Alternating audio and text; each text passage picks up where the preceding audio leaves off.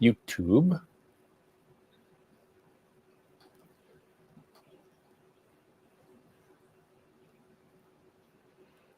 All right, checking our audio. You wave a hand over.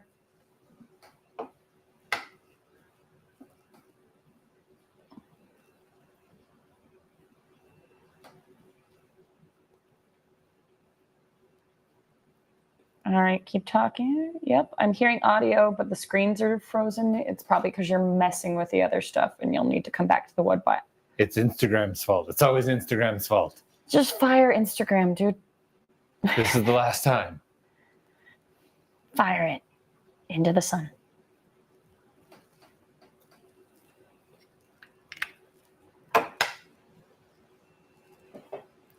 Okay, checking on the others.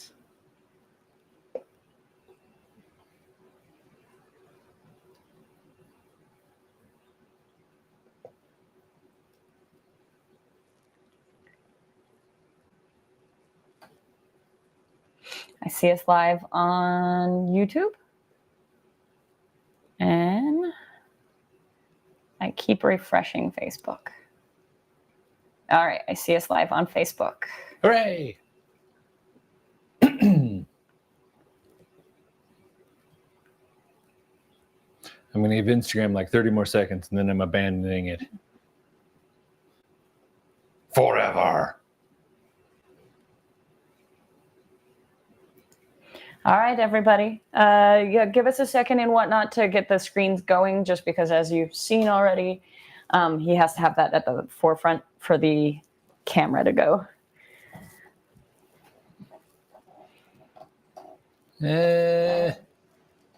Screw it, no Instagram. All right, I'm in. Okay. Welcome back, everybody. Yes, welcome back.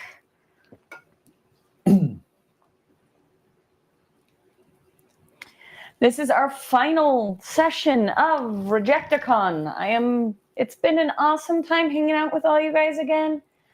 Super appreciate you. During the break, I updated our Buy It Now. So a reminder that we have as con exclusives, we usually do metal prints at shows. For this con, it's no different. We have greatly even below con priced metal prints for sale in the Buy It Now. And then I also added some what I'm calling threefers. It's 3-for-1 playmats. It's a Soulscar Mage, Forsake the Worldly, and Brightling playmat 3-pack. They will have mythic signatures and the Rejecticon mythic stamp too. It's 3 for $40, so 3-for-1 essentially. So you guys, I put 3 of them up there. Feel free to go steal those. Oh, Asteroxo gifted one of the playmats to chat. Aww. I don't know what that means, Asteroxo. Can you type to me what that means? I saw you gifted it. Explain to this old person. While Asteroxo, he gifted it to Dark Memoria, and I'll let Asteroxo explain what that means to me. But I'm also going to tell you guys, feel free to go steveargyle.com, our website, during this con. If you use the promo code REJECTOCON, no dashes, no uppercase. If you do REJECTOCON as the promo code, you get our con pricing, which is 20% off on your purchases there. The other thing you can do on the website is if you buy a playmat during the next day, basically till the end of Sunday, you can also add a note in there to have a Rejectocon mythic stamp added to your playmat for free. It'll be Rejectocon 2024. Oh, Asteroxo bought the playmat and shipped it to Dark Memoria for as a gift. Oh, that's awesome. That's super sweet. So the shipping label goes to Dark Memoria, but they paid for it. So they did a gift. It picked them randomly, so you can set up like a raffle, random raffle. So that's why it's gifted to chat, and then it. randomly pick somebody who's in chat? I think so. That's super cool. Dark Memorial randomly gifted something back to Astroxo too. So anyway, we are getting going. So right now, and now I feel bad because I wasn't totally on top of I was talking about the other things and learning about gifting, which is super awesome. Steve is working on his silly sketch, which we talked about. This sketch that he's working on, he'll work for another 15 or 20 minutes on, and then we will auction it. So right now, we requested, it was Artist Choice Silly. It's on the back of a Everflowing Chalice. Mm-hmm.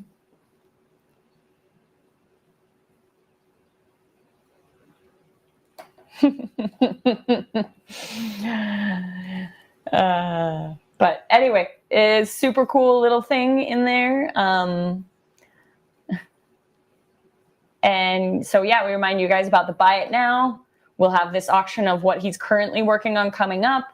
We will also be auctioning the hood and horns. And if anyone else wants one of the things that's in our product to go up for auction, please make sure to mention it in the chat. For those people on social media, Facebook and YouTube, I'm checking there in the chats too. But if you want to be part of the auctions, you need to come over to Whatnot to auction on the product. So please come over and check it out.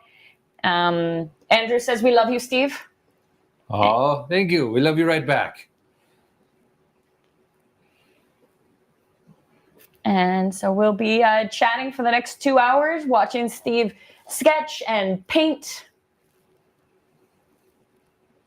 and BS while we're at it. Yep. Feel free to ask questions or anything like that. Mm-hmm.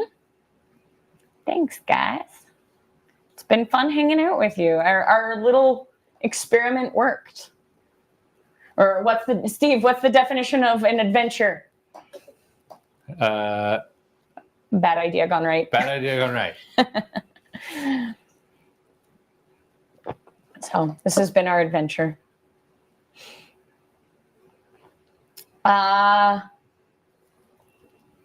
Nate is wondering, how old is your profile pic? It's the one. The one for Whatnot? Yeah, but your Whatnot one looks like it's your Facebook profile one too. Yes. It's a little bit old. I don't know exactly how long, but one of those profiles. So the picture of me for the stream, the one with me and Salvador Dali, that's just like a year old. Mm-hmm. But the Facebook profile pic it's getting old. It's getting to where I'm being dishonest by leaving it there. Yeah, you're way buffer now. You're too kind. It's true. Steve, in the last 6 months, actually I guess it's 8 months, started getting totally ripped. His main cardio? Steve, what's your main cardio? Video games. Steve does Beat Saber and Thrill the Fight VR, but super hardcore for an hour or an hour and a half every day. So it's kind of crazy. And then he also, we lift weights 3 times a week. Astroxo again is being our awesome chat director. I tried to make you a mod, but it won't let me make you a moderator once the show goes live. But he's pointing out to people that you can do pre-bids on things to show us what you want to bid on. And he's asking, we do have a pre-bid on hood and horns. He's asking if the other ones are going to go for auction. We might as well try to auction the more expensive ones. If someone wants them, they'll go. If not, that's fine. We'll save them for a show. Sure, sounds good. Another thing that Astroxo was pointing out is that you can pre-bid and you can put your max in there and it'll automatically bid. If someone doesn't outbid you, it'll buy it for you when you're gone, I guess. Huh. So there's that option. Such a fascinating platform. Yeah. And he's teaching us all about it. We'll learn more.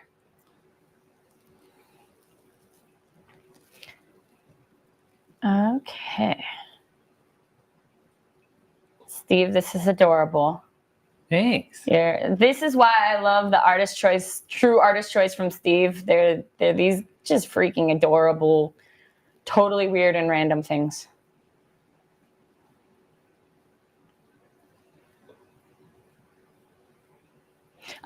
Another thing Osteroxo pointed out is that your pre-bids from a previous stream disappear. So you'll need to come back if you had already pre-bid on Hood and Horns. You'll need to, or any of them, you'll need to come back in and put your pre-bid in again. So.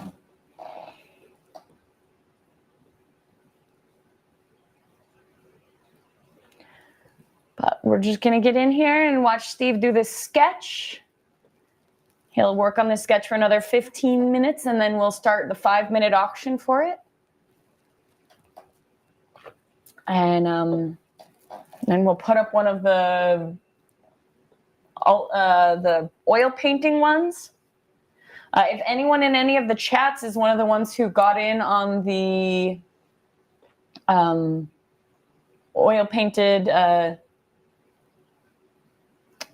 why are my words failing me? Pre-orders? Pre-orders, thank you.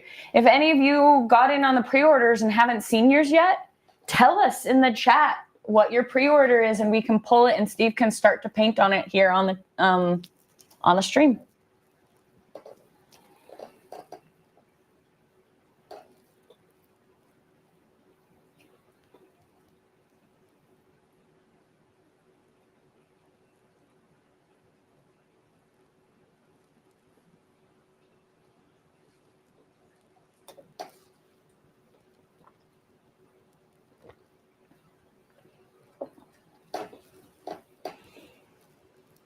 Steve, what video games have you been playing lately? Baldur's Gate. I played through, so me and Kat were going to play multiplayer together. We started, and then I just sort of started playing on my own, you know, to try and catch up and figure out how the game works, because Kat plays more games than I do. Wink, wink. So I played through, and I was like, well, we made custom characters, but I should just, you know, pick a random thing, and I'll do, you know, I'll just play for a little bit, figure out how the interface works, so I'm not the slow cog in the wheel in the whatever. And so I chose the Dark Urge just because I was like, hey, it's a dragon guy. And from what I hear, that's not supposed to be the starting character. But I played all the way through it, and it was super fun. I was, I was the good Dark Urge. The redemption arc Dark Urge. And I've tried playing through again as like the super bad guy Dark Urge, and I just can't. I don't have the heart for it, even with fake people. I'm always like that in games. I can't play the bad guy. My brother always goes through and plays. Let me unmute. Sorry. I was wandering around working on technical stuff. I have to play like lawful good in games. My brother always goes through and plays any games like that too. He plays like super uber Boy Scout good and then super baby eating bad guy in games. He always plays through twice like that. But I can't bring myself to do it. The hardest one was the again, why are words not working? N7, where your ship's the Normandy, and Mass Effect. my brother was playing through Mass Effect on his uber evil character, and he got to some, if you guys have played, he got to some points where like he honestly couldn't push the button. It was so evil and like made him feel so bad, but my other brother was there with him and like grabbed his finger and pushed the button to say the evil, super evil choice. Steve, did you have more than one Deathrite Shaman request? Sam was requesting to have his Deathrite Shaman worked on, but is that the Deathrite Shaman you were already working on? Yeah, I think I only had the one. Because that one looked amazing. Oh my gosh. Yeah, that's the one we started with yes, yesterday. That was so good looking. The stream. Dark Memoria told Sam that we think that that's the one you're working on Friday, preview night. Was it preview night? I think you no, were I working didn't have any paint stuff. It was the first painting I You're worked right. on. It was Saturday but, because preview night didn't have paint. Yeah, I hadn't got quite set up. So yeah, Sam, that if that one's yours, it looks amazing.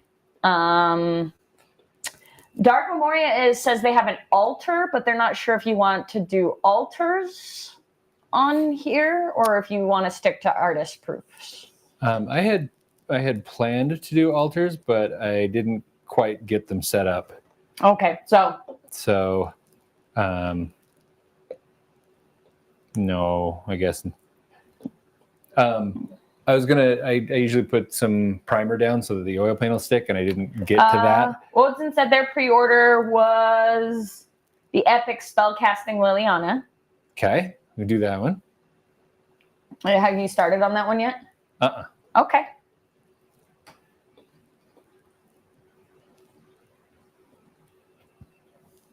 And when I'm done with this sketch, I will show you the Deathrite Shaman. He said he saw it. Oh. Justin's saying, any chance to give Steam time to color this? Nope. I'm a heartless wench. Especially, I'm actually going to say why he can't color this is that this is pencil. If he starts trying to color just over the pencil without doing a setting spray on it, it'll just go muddy. Yep. So that's why. And it's not just me being a heartless wench, but it's a little bit of that. And I don't know about this proof in particular, but a lot of the proofs, if you paint with straight oil on them, well, not a lot, but some of the proofs, they will like start soaking up the oil and delaminating. Yeah, and if you're going to do it on here as part of the sketch here, I'd probably just recommend a Copic coloring. Yeah, that's true. But and that would actually then, dry. Because it's pencil, it would just turn to mud. Because the other thing is that on Whatnot, we have to ship within 2 days. So anything that I did that was oil, we couldn't auction because it needs to dry. Yeah. So good to have you guys coming back. Another request, maybe we can get to 2 different oil paintings today. So there's the epic spellcasting Liliana and the other one that someone said, set of lilies altered to be Asuka. Yes. Oh wait, we said no altars. But yeah, the altars aren't ready. Quite set up. So we see you, but the altars aren't ready to be painted on. So we're sticking to artist proofs for the show. It will get done, just not here on the live stream. And I will be making video of everything. So. And you will make a video of that? Mm-hmm. Cool. That's the other thing is Steve is planning. Some of them will be, the ones that were done here on the show will be partially done already. But he's been making videos of all. We said there was 25 pre-orders. He is making videos of every one of those pre-orders, making up videos, and so you can see like the 5-minute breakdowns. So keep an eye on his social media, and we've been posting those. So you'll get to see time lapses of your videos, even if we didn't get to them here on Rejecticon. Time lapse is the best way to watch paint dry. Yep. That's why I speed them up a ton. And then Astroxo is asking, do Copics not have problems with the card finish? Not that I've noticed. I mean, the ones that we couldn't do pencil on, Copics don't you stick mean to. the like the papery versus plasticky? Yeah. That a little bit. But if a pencil can go on smoothly, Copics usually haven't had a problem. Yeah. When it's plasticky, it's a little bit streaky with the Copics, but they're surprisingly good at sticking to a lot of things. Until you try and go over them more than once. All right, Steve, I'm going to start making... I'm threatening you now because I'm going to start making the auction for this. I'll let you know when we have 5 minutes. Okie dokie.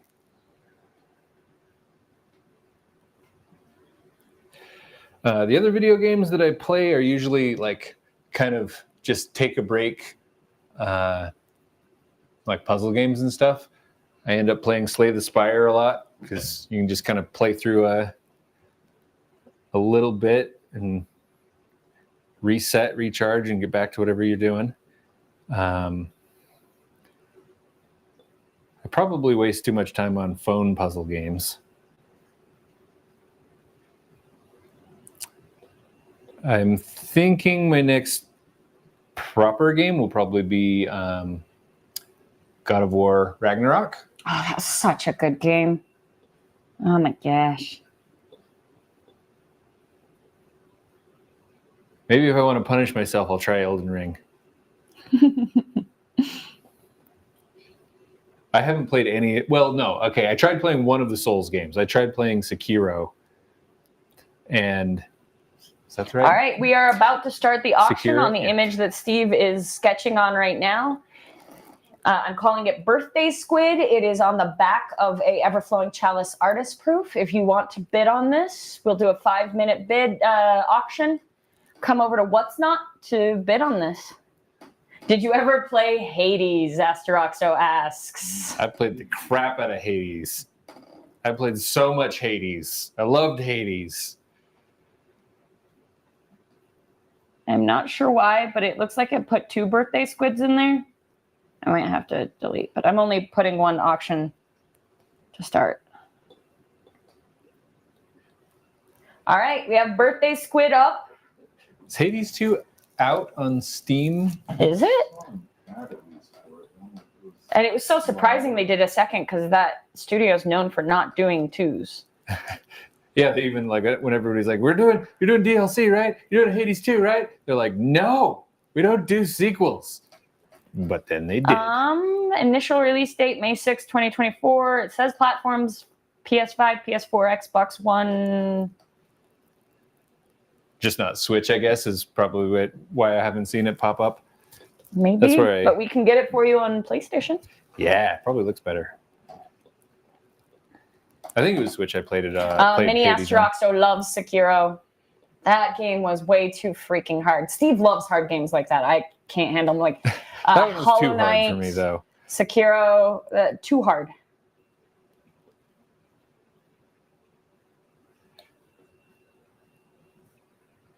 Astroxo said they did everything in Hades except the tree run clears titles. Astroxo says it's out as a beta. So we'll have to look into it after it. I did finish. We were talking about it last night. I finished Mario RPG, the up-res one for Switch.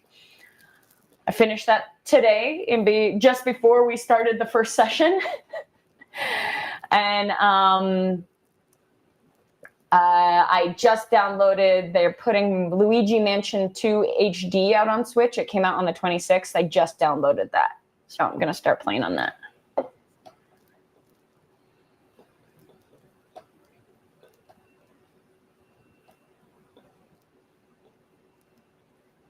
All right. Justin is winning currently on the Birthday Squid. 3 minutes left.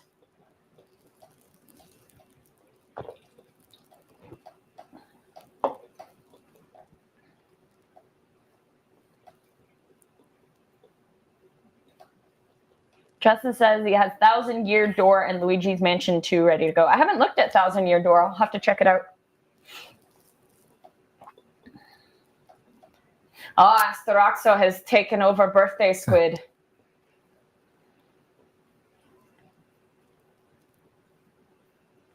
Asteroxo, no one noticed that the chat was going on because they've been chatting and we've been so caught up in discussing, which actually I'm going to put forward, I like that. I like the social nature of this. And so I love that people are getting more caught up in chatting. It makes me happy.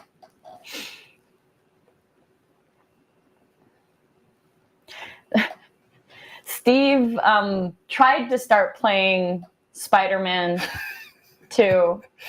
And I feel really bad because our nephews absolutely love video games. And oddly enough, they love to watch people play video games. And they are so excited about it. But that excitement is sometimes quite frustrating when you're trying to learn how to play a game because they're very impatient. And I'm like, why aren't you hitting him right? Do it better. Why do you keep dying? Why do you keep dying? Yeah. And so it's like the naivety of from Stop the mouth dying, of babes. Uncle Steve. But it's really frustrating and extra high stress. And so Steve started playing Spider-Man and they wanted him to be instantly perfect at it. And he didn't have time to learn it. Why don't you look like YouTube, Uncle Steve? Yeah. And so he was a bit frustrated. And so his first experience with Spider-Man was trying to speed play, never having touched it for the nephew's entertainment. And it broke him a little. I'm going to try to get him to come back and play Spider-Man 2. Because it was really good game also. And I'm a Spidey fan. So. Astroxo is winning on Birthday Squid right now. 40 seconds left on the auction.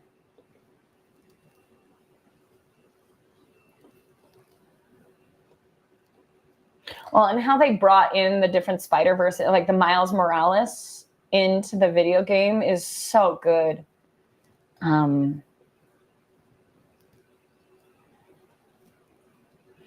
15 seconds left on bidding on Birthday Squid.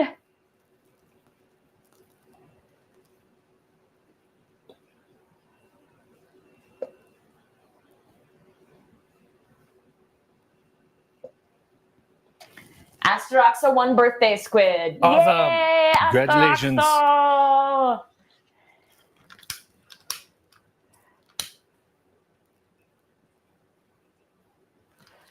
So, as part of the Birthday Squid winning, I'm going to bring this out.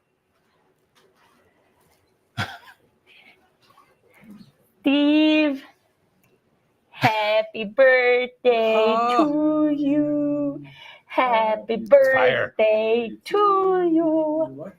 Happy birthday, dear Steve, tomorrow. Happy birthday to you.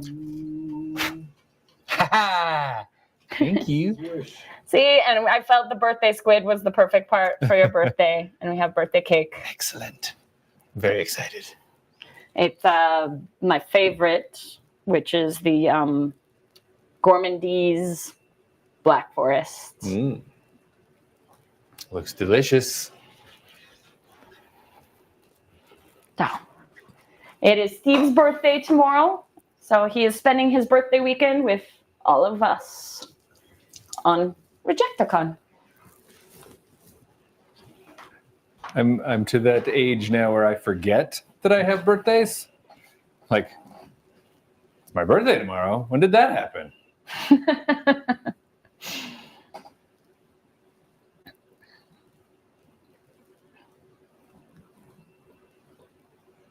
So, we'll keep going.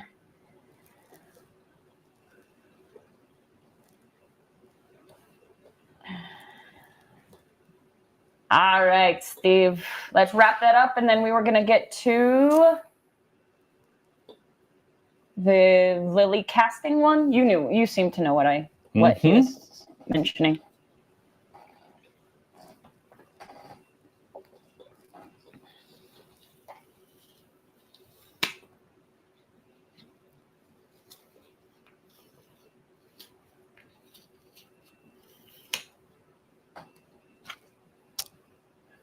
Okay. Epic Lily casting.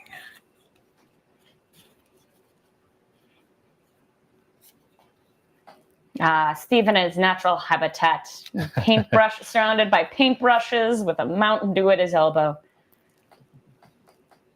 Oh, wow, that's boss, Steve. Why, thank you. I've been really digging these pre-order sketches.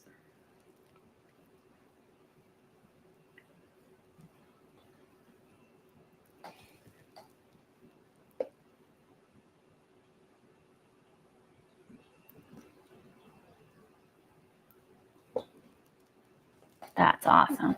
Steve's going to start some oil painting on a pre-done sketch. It's kind of what we were talking about earlier. So these ones, Steve did the sketch and then sealed the sketch, and now he can oil paint over top. Excuse me. It is a very important step. Mm-hmm. As we said, whether it's Copics or oil paints, it's just muddy if you don't seal it.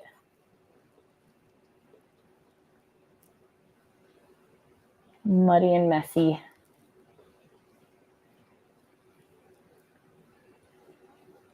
I've seen other artists who have just painted directly on proofs. I'm not sure if they have different proofs than me or if they're just better than me, because it does not work when I try that. Again, I think it might depend on what proof it is. That is true. That is totally true. Because old proofs are okay.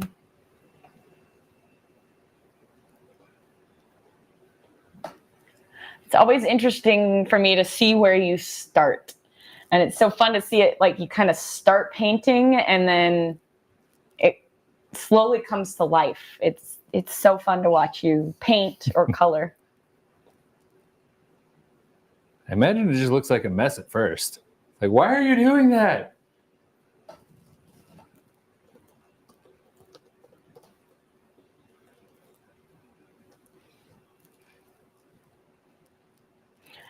People have been talking about things they'd love to see you do, different characters and stuff.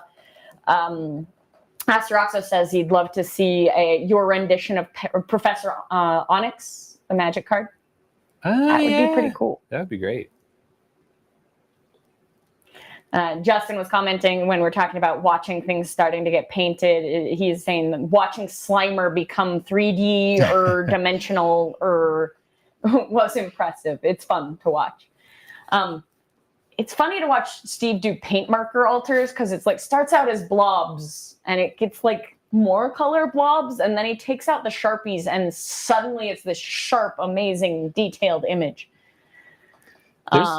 With oil paints, it's a little different experience, but it's still so fun to just watch like, oh yeah, I can see where these highlights are coming and then suddenly you blink and it's this amazing 3D piece or like coming together nicely transitioned and smooth piece. So cool.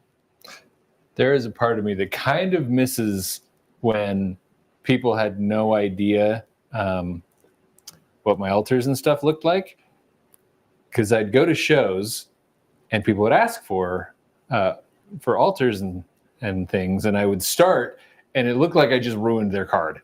You know, I'd start and I just put down these paint blobs with the paint markers, which don't have a whole lot of fidelity, and you'd see them just be like, they'd be like, they didn't want to say anything, but you could tell that in their head they were just like, I just wasted an expensive card and however much I was charging at the time. And then it's like in the last minute or two, it just comes after together. They've just totally just been like, just get it over with. I just want to go now. I'll start with I'll do the last little bits of line work and stuff like that in a hurry, and they'll just be like, wait, what happened? Like it's Suddenly a thing came together. now. That was fun. That's always fun. Astrox was saying that's what my first altar from you was like. He had no clue what was going on for like 30 minutes. We used to, it's a fun thing sometimes we'll do at cons is make bets, especially if it's an artist's choice, where they have no idea what the image is. It's an artist's choice altar. and we'll just make bets or guesses when he starts putting his blobs down as to what the hell he's drawing. It's really fun.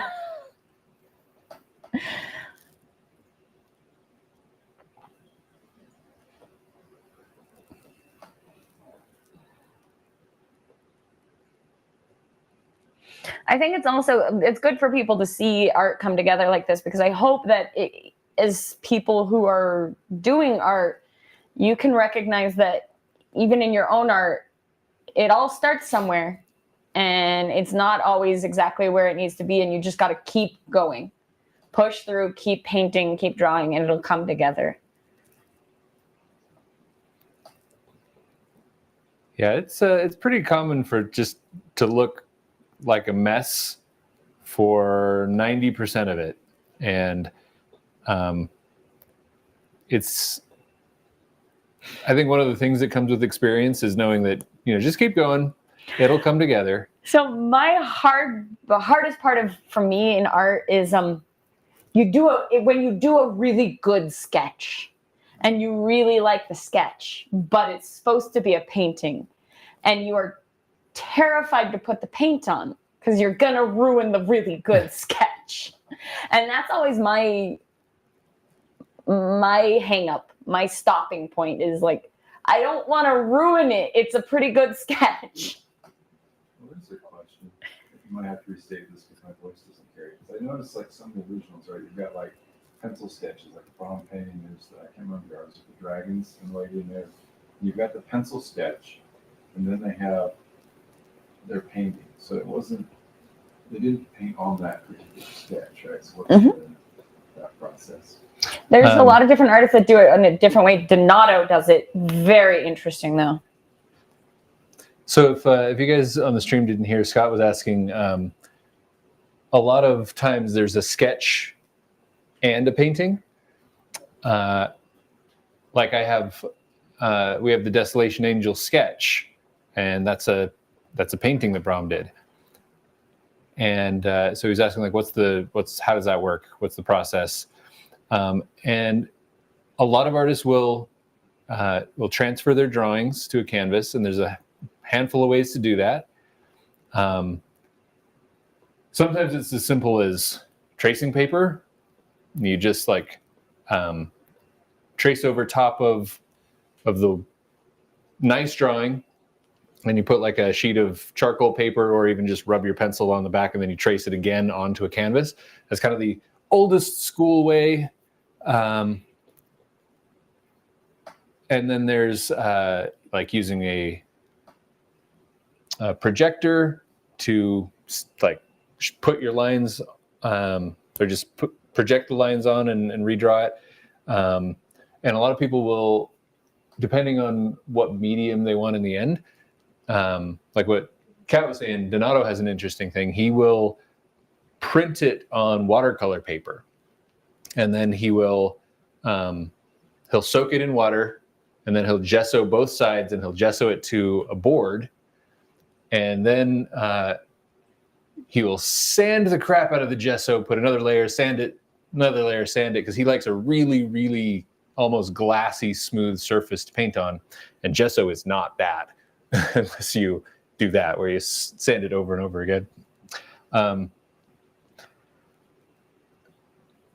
But yeah, that's one of the more interesting ways to do it. He even went ahead and did a bunch of math, because the printers are not always perfect, right? They don't necessarily reproduce perfectly, and so and then watercolor paper, it's when it's wet, it expands, but not evenly. Basically it has a warp and a weave, kind of like fabric does. Weft and a weave? Weft and a weave, yeah. And so it'll expand like 1% this direction and 2% this direction. And Donato's like, he wants it to be exactly his drawing. And so he's done experiments and calculated exactly how he has to print it so that when all that is said and done, it matches his drawing exactly.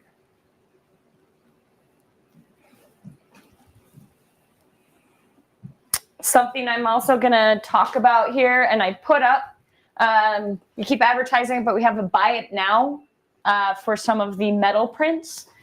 This one that I'm going to show and have Scott put up right now is a old school metal. This is one of our very first metal prints. Now, when I say this one's metal, it doesn't have the metal really coming through. It's like a super high gloss. It's beautiful, beautiful piece. But it's also much bigger than our current metal prints. Just to give a example, we have our Mountain Dew for scale also. Sorry, I messed that up, Scott. You work so hard. But just to give you scale, these are the ones we sell currently at convention.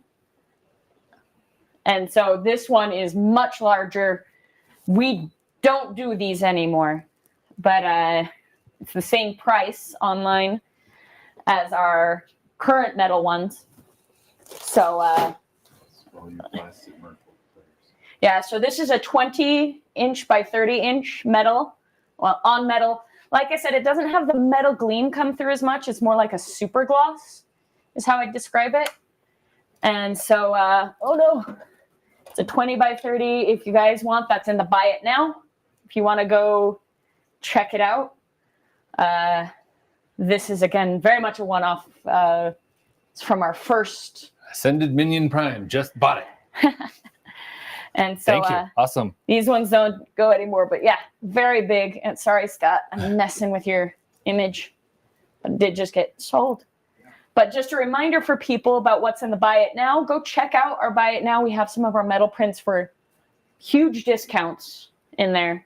Usually metal prints are $300 or $350 for framed at a show. They're $200 on the Buy It Now. So, and then, as we said, we have our scale Mountain Dew. All right.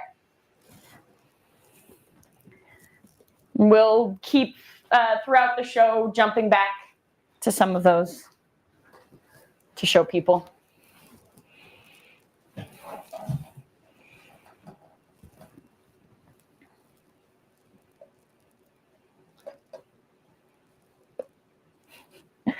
Justin is tapping out. We just burned up his bank account this weekend. Thank you for the support, guys. We feel the love.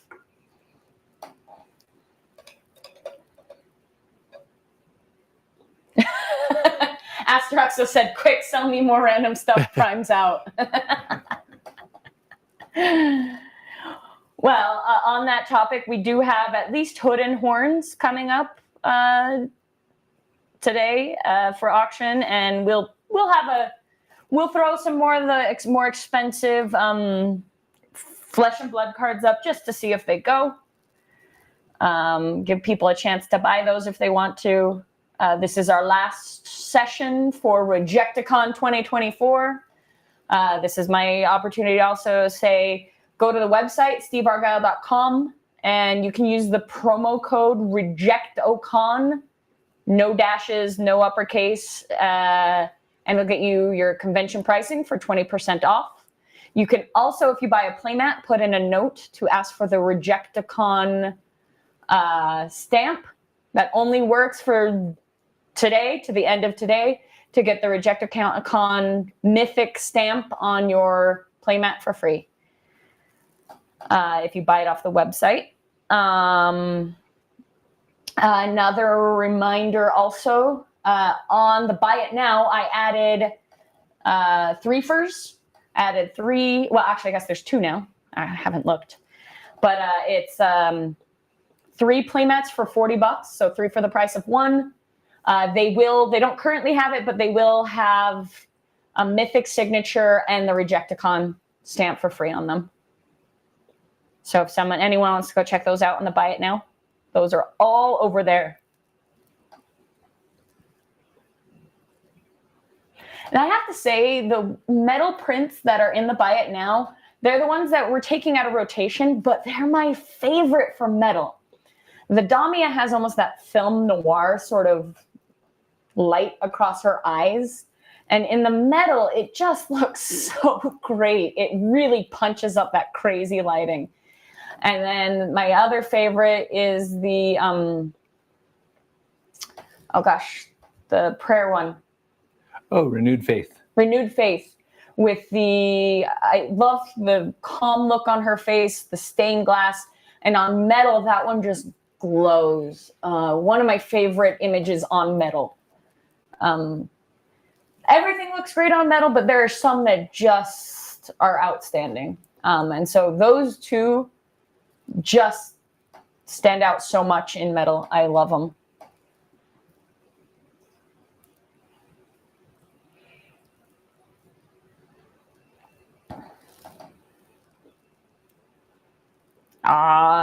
Again, you're teaching us how to use the glow, Steve. Lots of glowy stuff in Magic.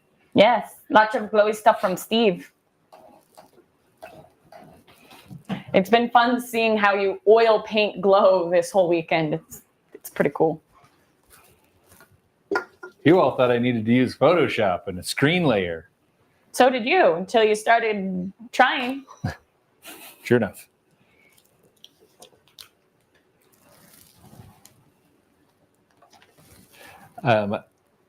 I was, I don't remember exactly where it was. I think it was probably an illustration masterclass. People were asking, like, Don Dos Santos had some of his original oil paintings, and he uses a lot of magic effects and glows and stuff like that. And so many people were like, wait, that's actually in the painting? And he's like, well, yeah, why wouldn't it be? And they're like, we thought that you just did it like in post, like it's a real oil painting, but then you put the effects in Photoshop afterward. And he always got a chuckle out of that, because it does kind of look like that. Like he has such a smooth, nice glow effect that it doesn't look like it would be oil. Turns out that Donato guy's pretty good. That was that was Dan Dos Santos. Dan Dos Santos, which is also pretty good. He's also okay.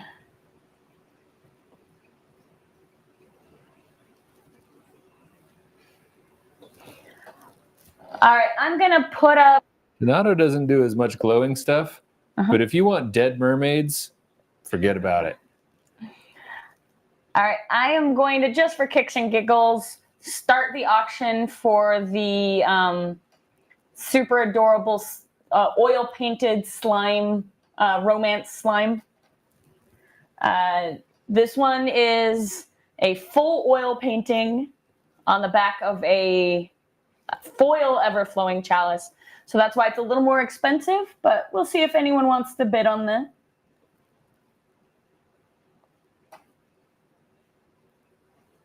I will grab that one and put it over on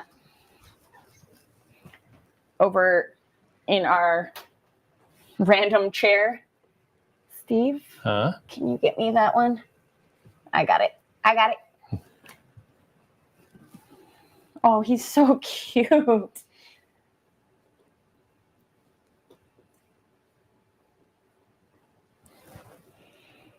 Scott's just getting the camera on that auction right now.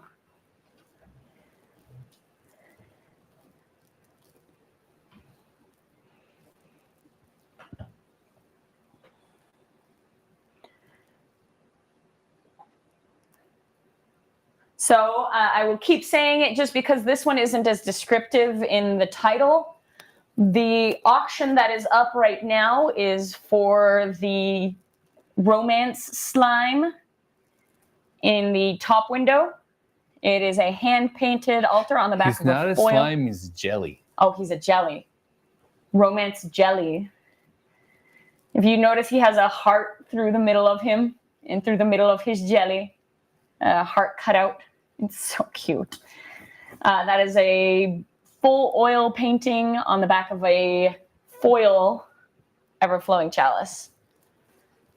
I'm gonna straighten him out a little. maybe. So cute. And so yeah, you guys can check that out. You can also, if you want to see a full scan of the image, not just what's on the camera, on the top camera, to get a closer look on it, it's in the auction section. And you can click on it, and Steve did a full res scan on it if you want to get in a little more and see closer the detail on that oil painted altar. The completed oil painted altar at the top screen is what's for sale right now. By the way, for those on social media, come on over to Whatnot if you want to bid on any of our auctions.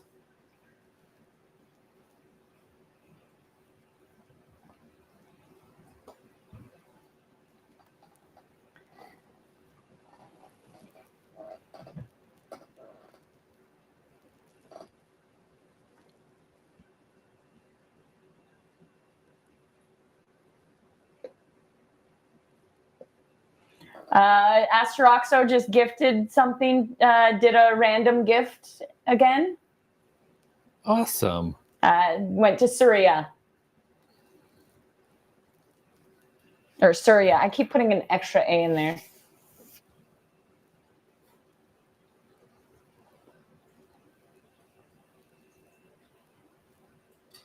But my mangling of people's names is how Asteroxo got his nickname.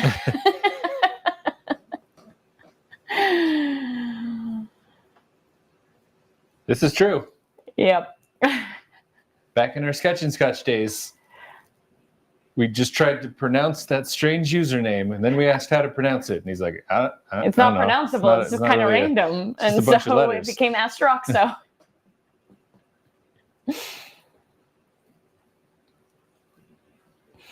And then his kids even got nicknames too. There's Cat's BFF and Mini Asteroxo. Which back then they were little kids doing crayon sketches, and now freaking Cat's BFF graduated high school. What in the world? It's insane.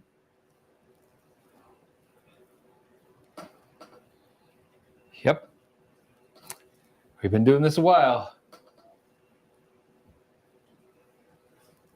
Yeah, it's crazy to watch your miniest fans grow up.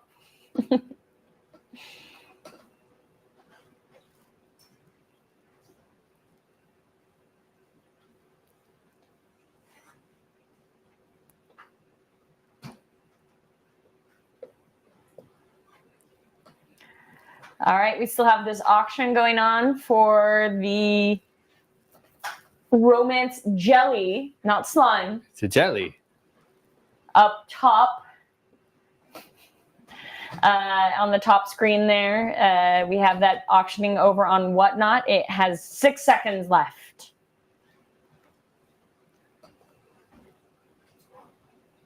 All right, that auction ended.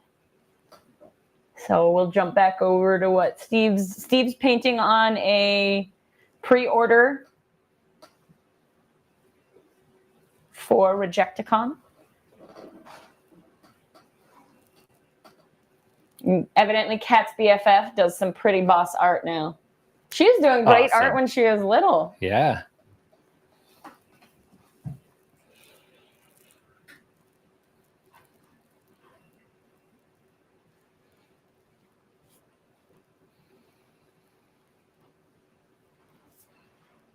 It's pretty great to see. There was someone at the beginning of this, when we started out Rejecticon, talking about how they've gotten better and better at art. And they've been working on it over the years since Sketch and Scotch. That sort of thing is great to hear. Like, sometimes you wonder if you're doing anyone any good in the universe. Well, it is kind of our life mantra. Art makes life better. So, love seeing what's going on over here. I'm making Kat do all the talking this time. You're focused, Steve. Super focused. I am.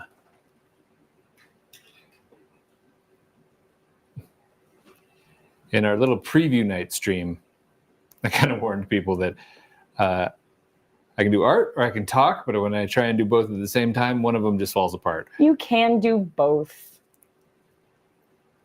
You've been training for years. But sometimes I will yell. When Steve gets really into a story, he stops painting, is more what happens when he really gets into storytelling. And that's why you guys have heard me throughout Rejecticon yell hand check. And it's Steve's hint to start painting again while he talks.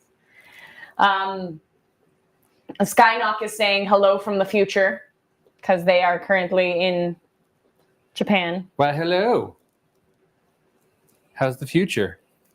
So it's Monday morning, I think, for them. How's Monday? Is it looking good? Do I get more work done? The world's still here. The world is still here for now.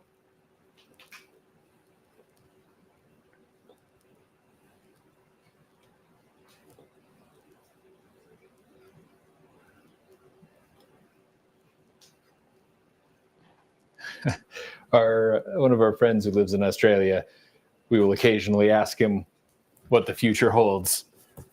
And he usually has some pretty good responses where he's like, just enjoy today. Just savor it. Don't worry about tomorrow. Just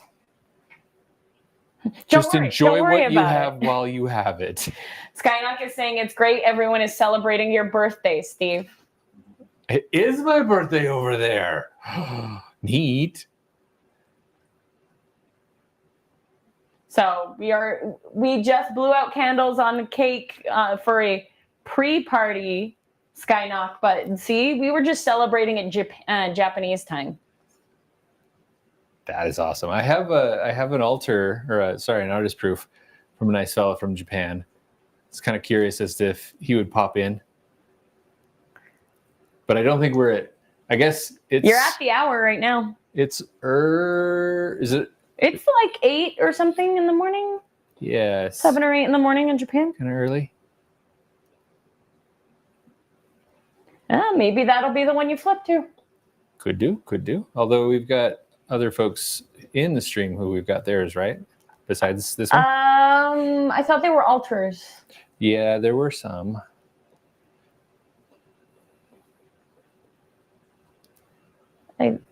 Did we have one last one to work on?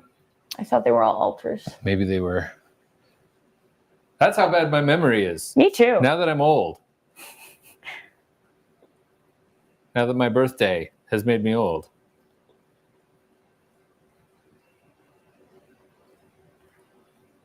They're trapped outside Shimizu port due to high winds, so they might not get to go to Mount Fuji. Oh.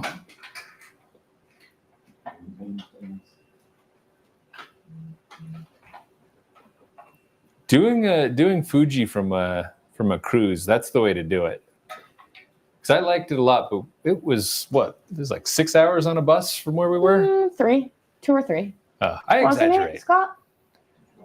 2 hour bus drive in. But then we stayed there for 2 or 3 days, which was awesome. And we sketched parody magic cards on my phone, passed it around. It's great.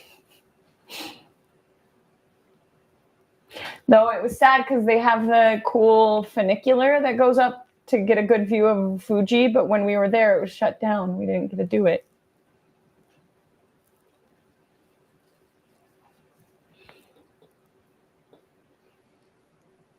We stayed at a lovely onsen, though. Yes, that was awesome.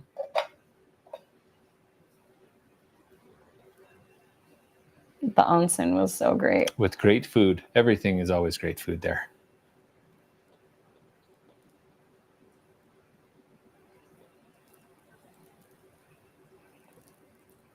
All right, Steve, we have an hour left of Rejecticon. An hour? That's not enough. So, does anyone else in the stream have an artist proof? Because I'm sorry about the altars. I was not as prepared as I should be, that they want to see painted on. And if there's not, we can do one of a few things. We can Jay either... Foods is wondering if you worked on Storm yet, because you have been teasing Storm the whole I have con. not worked on Storm yet. We could totally switch to Storm. Justin is wondering if we are putting another oil study up. If I can go raid your studio for another oil study. Maybe I'll grab 2 or 3 of them and they can vote which one I put up. Steve doesn't like when I go raid his studio. Oh, but the funniest thing is I think the camera died, so they can't see your face you're giving me. Oh, no! Good editing, Scott. I like it. Sorry, that was me. Like switches to input with no camera. So yeah, I think you should do the Storm. I am also being reminded that there is some other auctions to do, but we can do those at the same time you keep painting.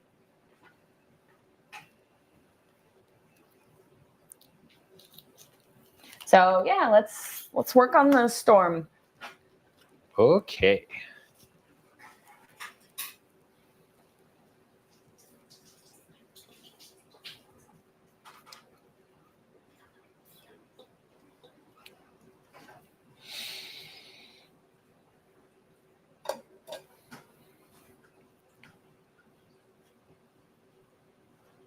All right, the Storm is Steve's gonna start oil painting on this pre-order.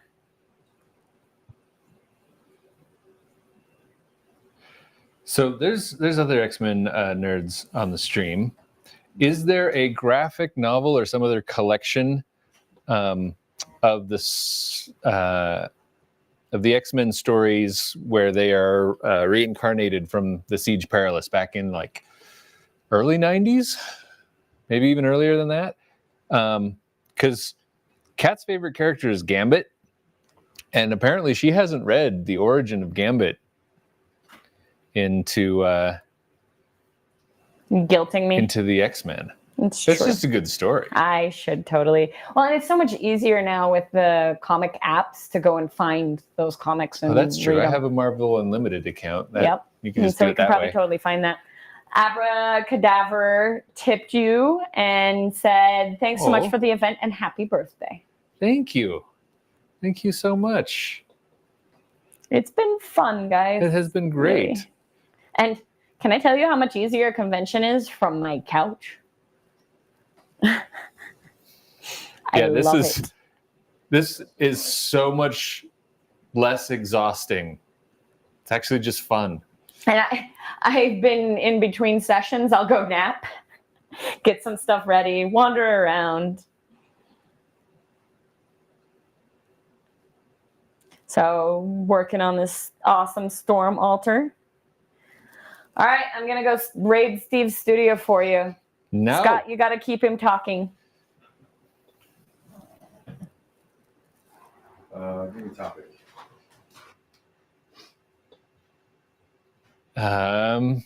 Topic. Well, art related or esoteric, something random, Steve. Um, How did you become a magic artist? Like, how did that come about? How did you get in?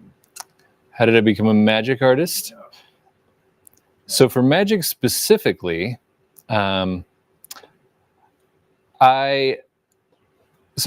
my confession is I wanted to work for magic because they paid more. That's it. I didn't really know I didn't know really anything about magic. I just knew that they paid better than Legend of the Five Rings and Dungeons and Dragons. So I was like, I need to get hooked up with this magic thing so that I don't have to work 80-hour weeks and still be losing money. So I went to Gen Con and met the art director. And he and I, I was like, okay, I want to talk about magic, but I don't want to be like that guy who's like, hey, how you doing? I see that you're having a lovely drink with all of the friends. I want to talk business and make you hire me. So I was like, I'll be all social about it, which has never been my strong suit. But so I asked if I could buy the next round, and the art director said, yeah, we could do like a shot of Crown. I didn't know what that was. I'm from Utah, where we have a lot of laws around not having fun, and very few people drink. So it's like just not a thing that I knew anything about at the time. So I just went to the bartender and I'm like, I need shots of Crowns. He's, okay, so he puts them together, and I was just kind of like, I in theory I know what to do with these, but I waited for everybody else, and they just basically did shots. So I did what was essentially my first shot of whiskey. Wasn't great, but grows on you eventually. And I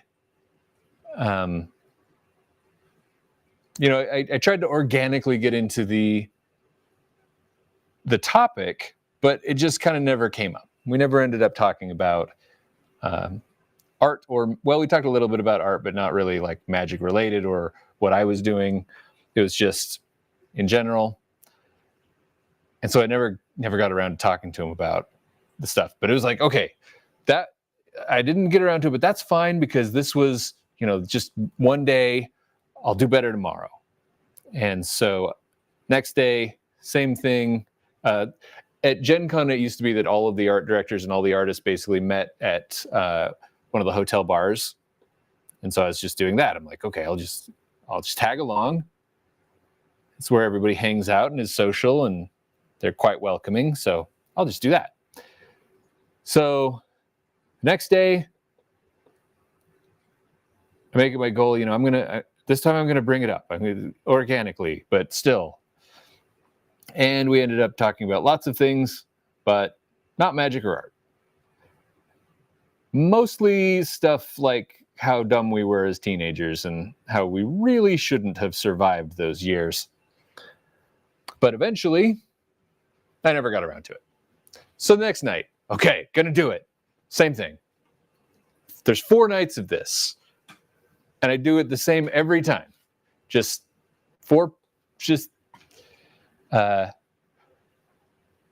found a lot. I ripped your office apart. Oh, here, I have to turn my mic back on. Okay. So part of the reason I was only stealing the ones you have on display is because you blockaded your closet, which has all the others. So I tore your office. I ripped down your blockade. I see.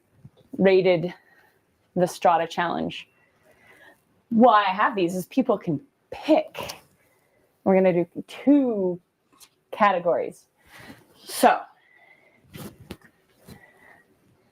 sorry, I'm pausing. Cat's spoiling you guys. So, the first category is totally random, not your usual Steve art. Steve, I'm going to show these to you first, just in case you want to speak up about hands down no on selling any of these. Hey, I haven't showed them yet. You can say no.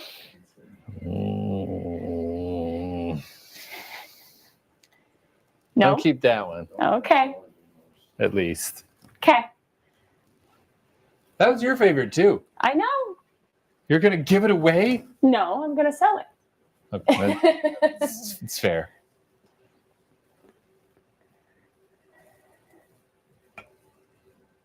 Okay. So we're going to post up totally random Steve oil paintings. These are from the Strata Challenge.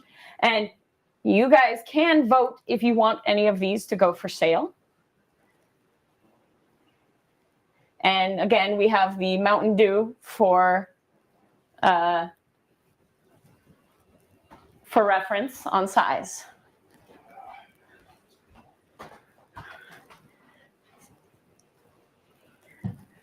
Steve, they say I have to show what one I'm keeping. Then they're going to convince you to sell it, though. Everyone is demanding to know which one you're keeping. All right, we'll show you. All right, we'll flip over first.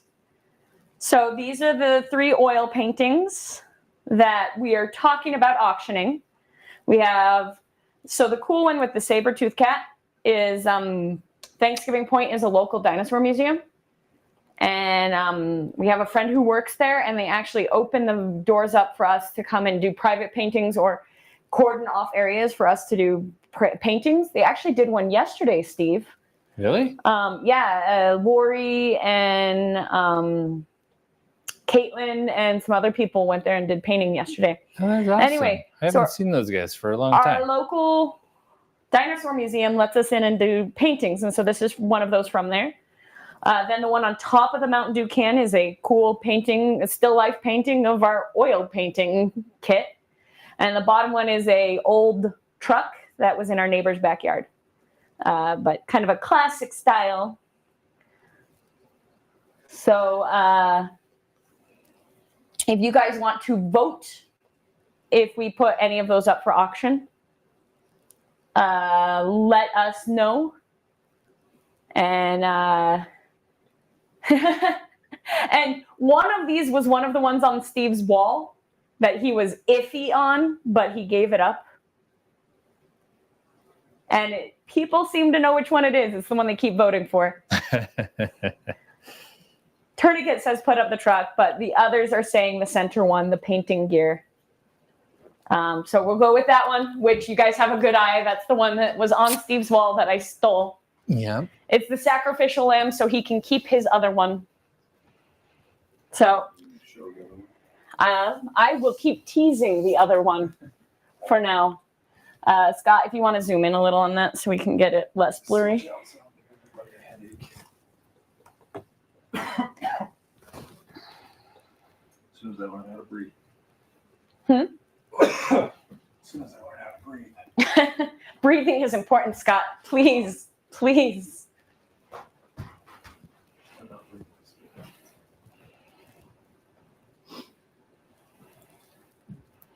I will, at the end of the bidding for this one, I will show you the one we're keeping that Steve said he didn't want to sell.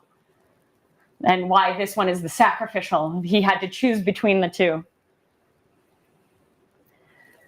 All right. As soon as I can get it up.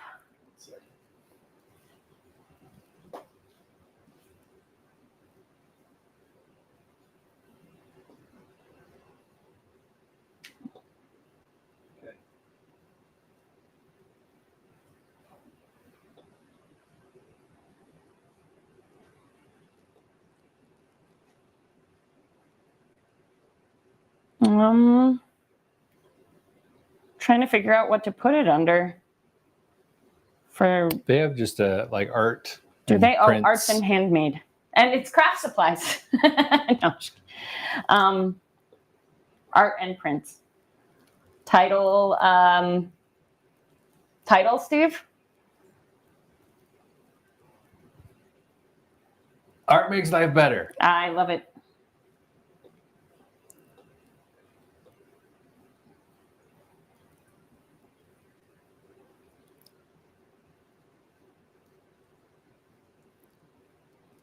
Starting price, Steve? You're in charge of these ones. Okay. Steve doesn't want to know how I'm selling his babies.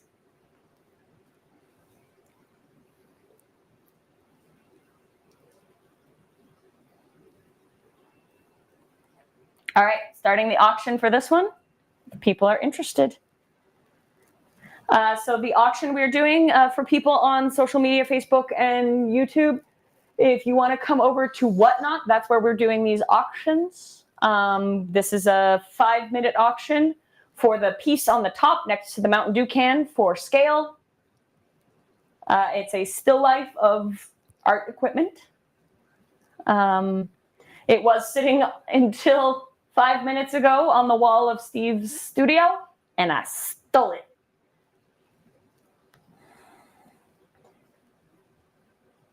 Trying to get my art out into the world. Yep. I want your Instead oil of paintings. just for me where it belongs. More and more oil paintings, Steve. Dark Memoria is winning right now. So, Steve, I interrupted a story. You were in the middle of 4 days. Oh, yes. So it's pretty close to over. The art director and I never ended up talking about art or magic. And so when I went home, I was just like, crap, I've totally missed my opportunity. I mean, I'll email him, but he's not going to remember me with all the different people going and all that. So, whatever. So I email him and I'm like, hey, my name's Steve. We chatted a bunch, but not about what I was hoping to connect with you on, which was working on magic. And we just ended up talking about lots of cool stuff. So I had a great time with you. If you don't remember me, or I attached my my website and everything so that he could go look if he wanted to. But I was like, if you don't know my work, whatever, that's fine.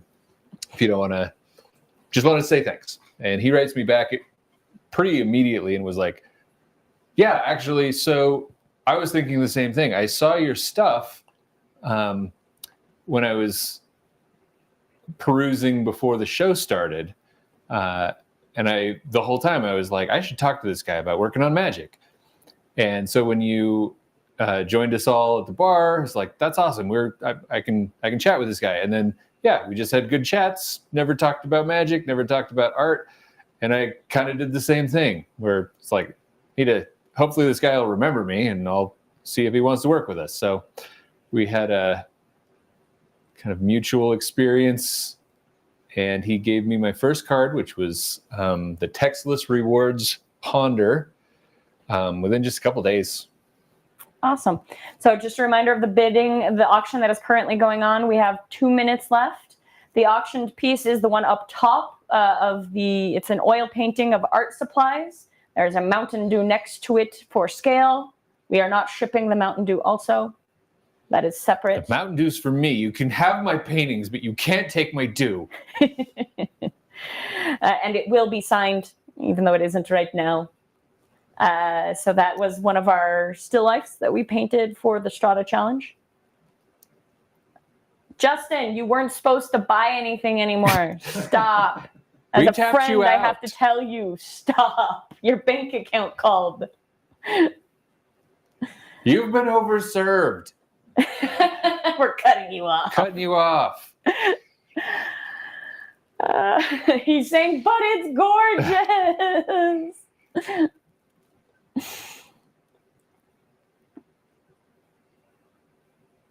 I was going to say MTG Artist Proofs is trying to save Justin's bank account, but Justin is fighting it.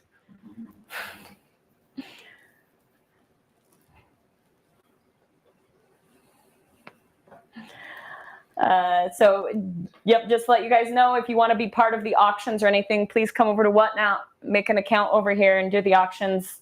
Save Justin from himself. 40 seconds. 40 seconds left.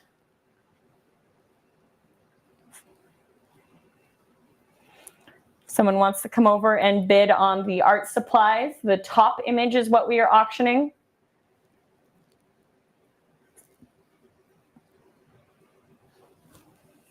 So that is the still life of art supplies. Steve, the problem is with the Strata Challenges, it's in September, which is in the middle of con season. So it's hard for us to do then. And then the other one is in January, which means like you have to paint from life, but there's not as many interesting things. Abracadabra saved Justin from himself. Thank you, Abracadabra. No tourniquet. The dew is not part of the auction. Steve put his foot down. Dew is mine.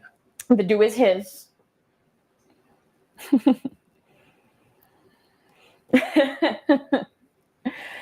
But sorry, back to the Strata Challenge in winter is kind of hard because you can't paint outside. You can't do there's not flowers and stuff to paint unless you have them inside. And you're still in a coma from all the sugar and goodies everything from Christmas too.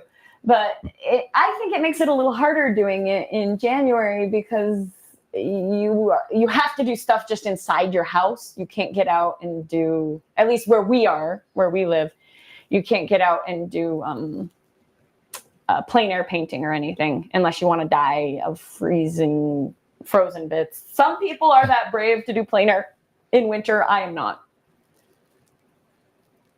So it's who cares, paint indoors. The one thing about, like we said, about the Strata Challenge is you have to paint from life. And so you just don't have as much to choose from inside as when you are given the whole world to choose from for the Strata Challenge.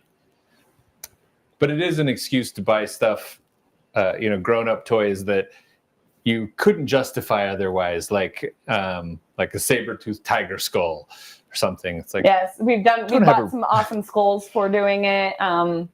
We bought awesome toys, because it's like, well, we need something to paint for the Strata Challenge. I better buy this awesome thing. Mm-hmm.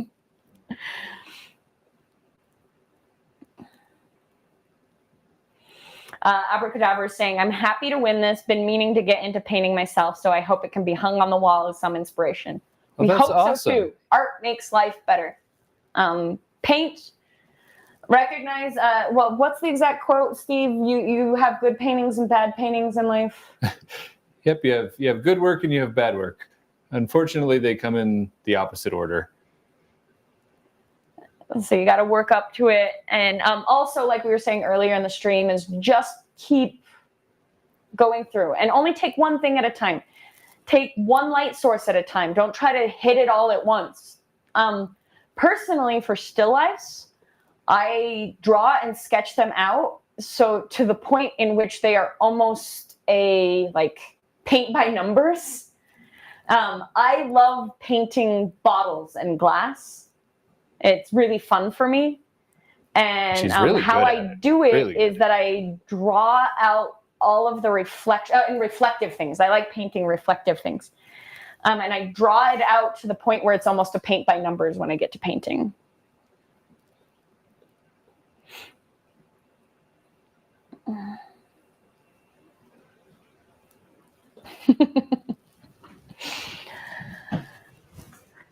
All right, we're going to take Steve's joy. All right, I promised you guys I would show you the image that Steve picked over the other one. We had him choose between his children to give up his favorites. This is the piece. I'll let Scott get it in there. Oh, it's almost lined up. Almost. I don't like how it's showing. Let me put down the blinds, see if it helps.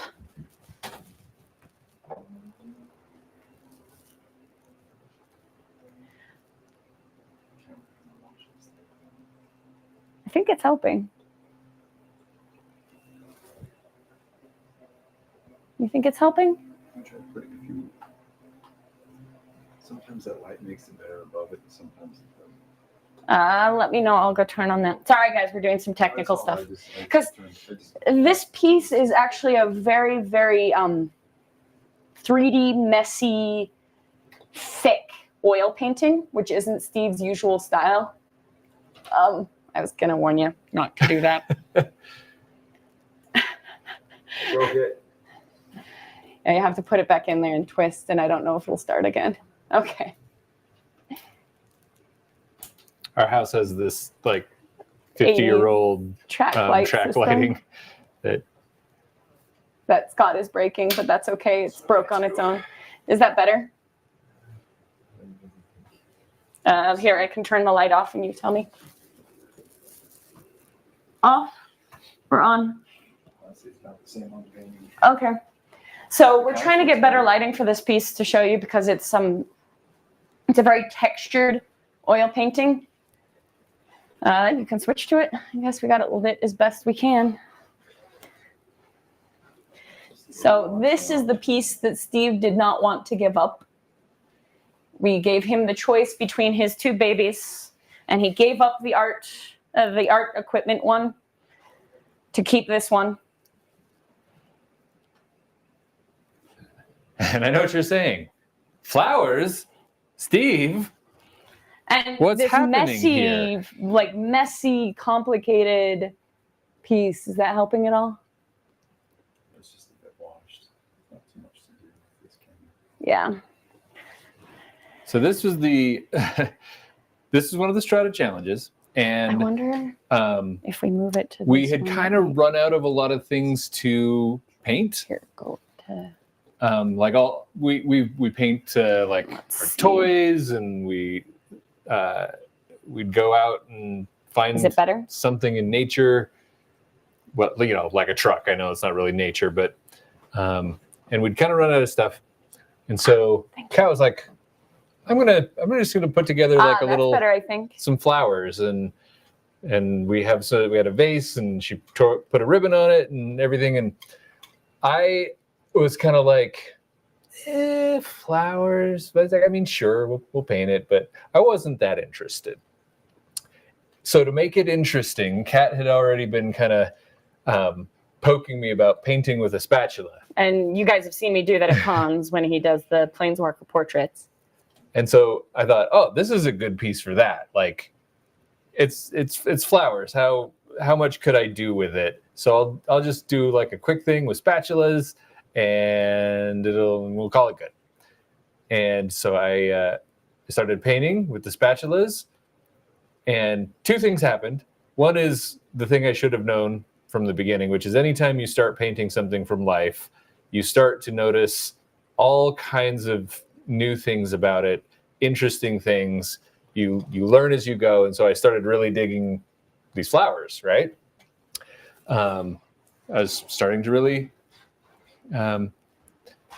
love the way that they looked. And I also, even though the spatula thing was kind of a joke to start with, I really liked how, like, some of the textures I was getting. It was a special challenge because I was literally using a Betty Crocker spatula. It wasn't like a special art spatula or anything like that. It has a little gingerbread man on it, and it's what we had. And It's your favorite. it gave me a lot of limitation, right? You can't do detail with a spatula, but that made it a special kind of challenge, made it really interesting to work on. And so it became one of my favorite pieces because there are a lot of different things that made it cool for me, and I like how it turned out. So Steve, this is the next one I'm going to let people vote from if they want to vote on. Sure. Is there a reason not to do any of these? Not really. Okay. Those. I would say none of them are finished, but that's kind of just how those are. So, and people know what they're getting when they're voting on them. So. And I probably won't finish them. So. No, we're not. Because they were life studies. Yeah, this is the idea.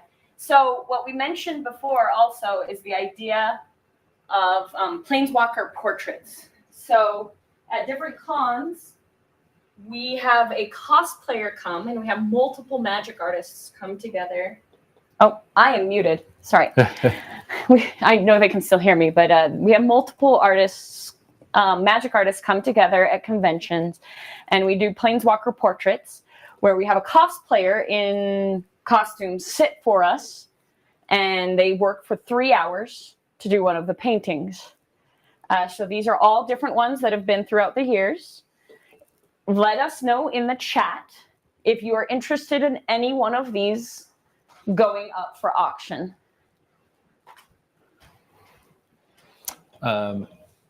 So the top left is Tappy Toe Claws.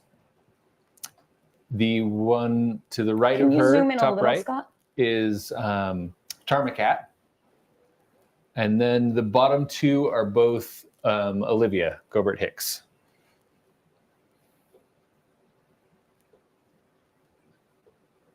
Good. Thank you, Scott. And a couple of these were actual spatula paintings too. Yeah, the two on the bottom were spatula. Wait, no, the one lower right. So I think the only spatula one is actually the lower left. I started with the spatula on a couple of them, but switched.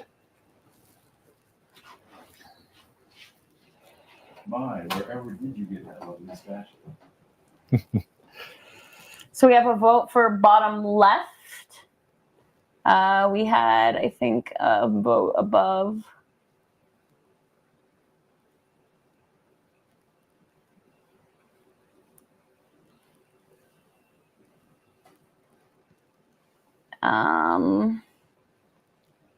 People are joking about your spatula, and then make sure you don't mix it up with your pancake spatula because tastes like cadmium. So bottom left is what we have a vote for. Please do vote if you want us to auction off any of these Planeswalker portraits. Top right.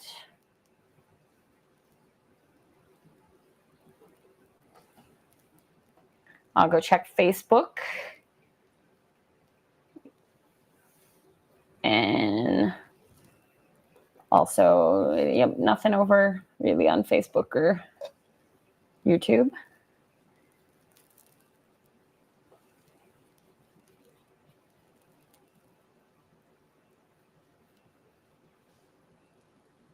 I imagine on Facebook and YouTube, we haven't really been. So we have a vote for top right or bottom left. If we have anyone, we have two for top. Well, it's MTG Artists wrote twice because I didn't see their first one. I swear I had seen that and I couldn't find it again in the chat. If anyone else wants to be a tiebreaker between those two and say what they want to see auctioned, if we want to auction any of them. These are what we call the Planeswalker portraits.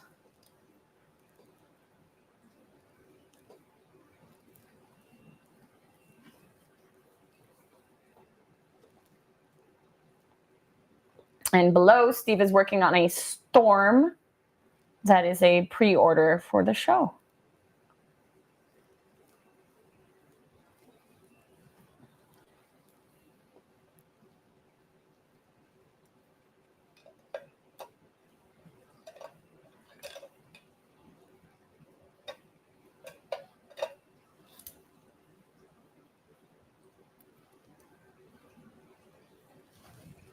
But yeah, you guys saw from the roses that I made Steve do in spatula why I now make him do other portraits in demand. He does do more Planeswalker portraits in spatula too. They're some of my favorites. And it's always frustrating while I'm doing it, but I often like how it turns out. Mm-hmm. It takes a few weeks though. Like I'll finish and I'll be like, I hate this. I hate it so much. And then once I've stepped away from it for a while, and I'm not in the moment. Yeah, like there's that. I know what I want, and I know what I want it to look like, and the spatula's fighting me. And once I forget that, once I kind of forget what I was really like struggling with. Then I come back and I usually like it because there's just a lot of character to the spatula stuff. I'm going to put something forward. Why I really like your spatula paintings is that I feel like you rely more on, you are forced to rely more on the model and what's in front of you.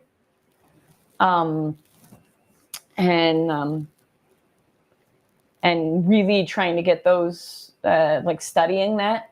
And I think it makes for a better piece in the end because you're relying more on the model and what's in front of you, in my opinion. just knowing you and having seen you do these. Yeah. And paying more attention to kind of the bigger, broader shapes and not starting to noodle in with detail. You have to break things down and not get lost in the details. All right. I think, well, we'll let Steve pick between those two if you want, which one he wants to auction. So, all right, let's flip up to the front so we don't make people sick, Scott. Steve, it's between these two. Which one do you think is, which one's your favorite? Oh. Interesting. And actually, I guess we could maybe go over to the other camera and let people see him like a little up close. Yeah, I think we might want to do that over here. So here's the one, Scott.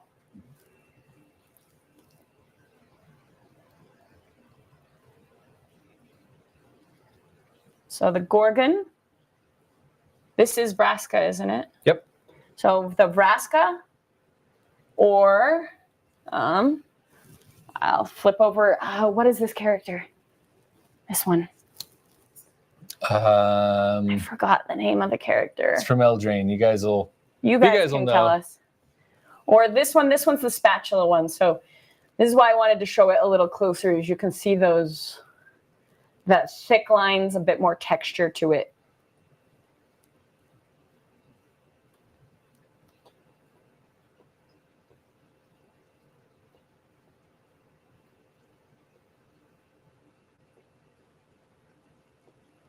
So flip back. Thank you.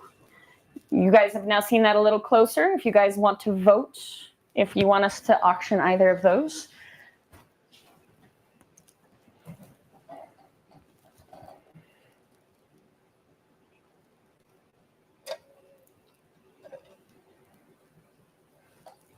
See if there's any strong feelings. While I let people think about that, if they want either of those Planeswalker portraits auctioned, I'm going to, I'm sneaky.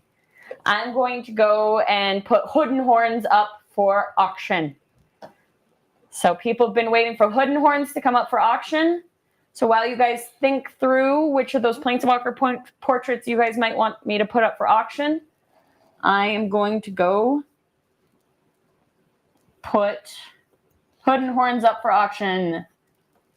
Reminder to people on YouTube and Facebook, if you want to be part of the auction, you need to come over to Whatnot.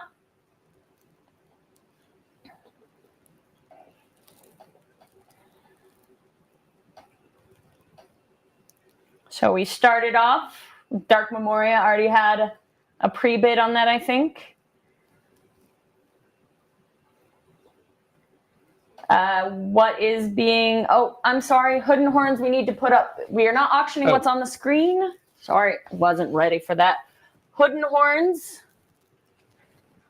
I need to clean up my whole area.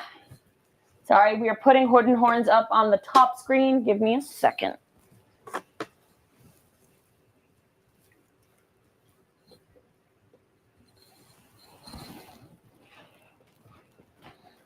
We will get Hood and Horns up on the top screen so you guys can see what you are bidding on. If you want to see a close-up scan of it, it's in the products listing under Hood and Horns. You guys can see a closer scan of that. But we will also get it up on there. This is Hood and Horns. It's the one up for auction right now. It is on the back of a Everflowing Chalice artist proof. So we're auctioning that top one next to the Mountain Dew for scale. If you guys want to bid on that right now.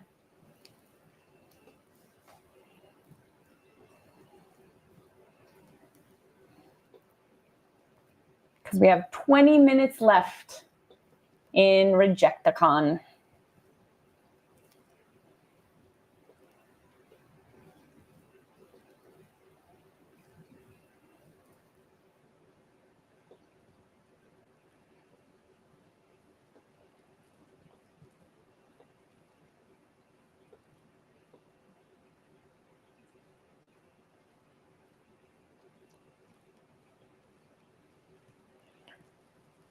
So quiet. Steve, have did you suddenly get quiet. ran out of steam? Or are you just Not focusing a lot on painting Storm? Focusing a lot on painting Storm. And I will tell you guys, I've said it before, after the sessions end, he just sits and continues to paint or draw at the table.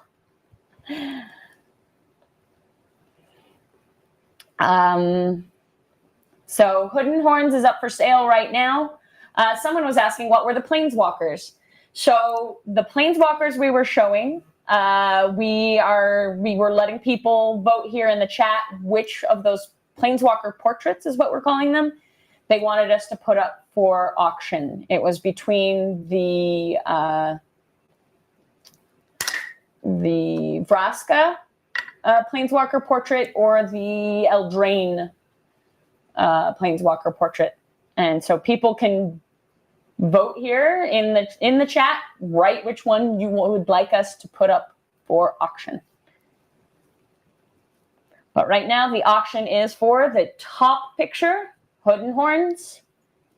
The Mountain Dew does not come with. Steve is very protective of his Mountain Dews. Yes. I'll send you the empty sale. can if you want, but I get to drink it.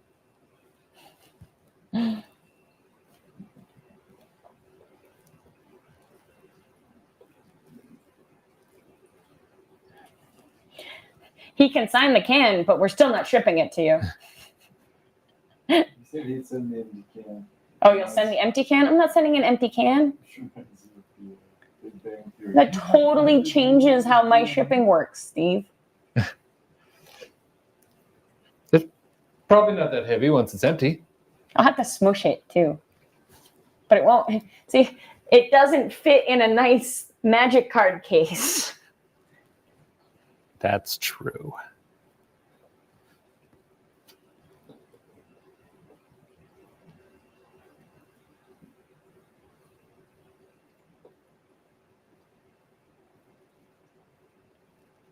All right, 30 seconds left on the auction for Hood and Horns. Right now, Dark Memoria has it, but we'll see if someone swoops in to steal it from Dark Memoria.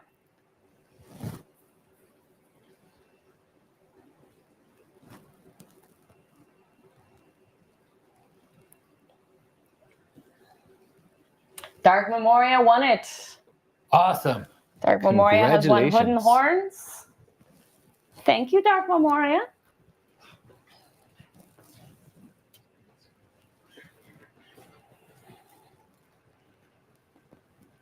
So no one has given an opinion on which of the Planeswalker portraits.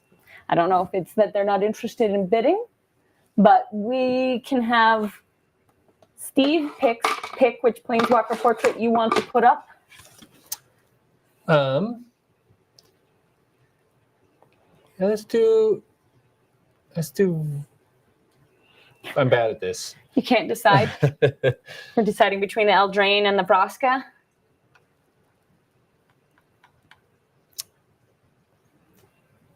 Vraska. I would say the Vraska. So Steve said Vraska right at the same time as Dark Memoria.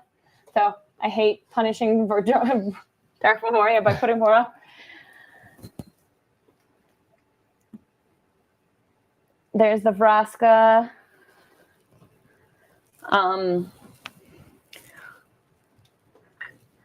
I've got to go make an auction for it. Give me a second. Switch when you're ready to go. Justin said, wait, is anybody else cut off or just me? Because Dark Memoria said the Vraska, but it's going to hurt. Justin, you said yourself that you were cut off. So that's why we're trying to support you.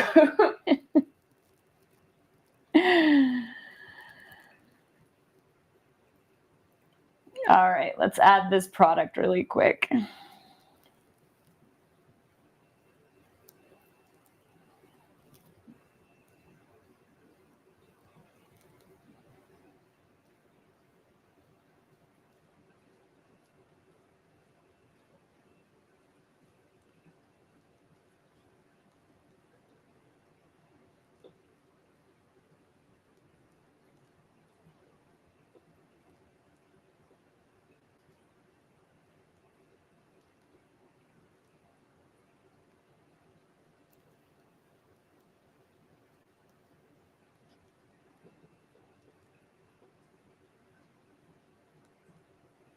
All right. Sorry, it takes me, I have to focus. Steve's quiet because he's focusing on Storm. I'm quiet because I'm focusing on making this auction. Scott, it sounds like you have to entertain us. I have to talk. I don't have a mic. There's a reason for that.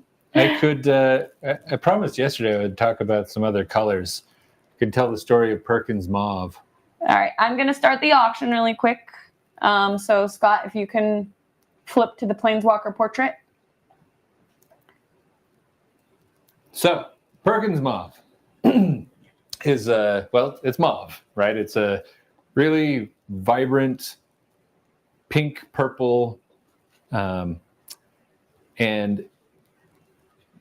it was an accident that changed fabric dye forever.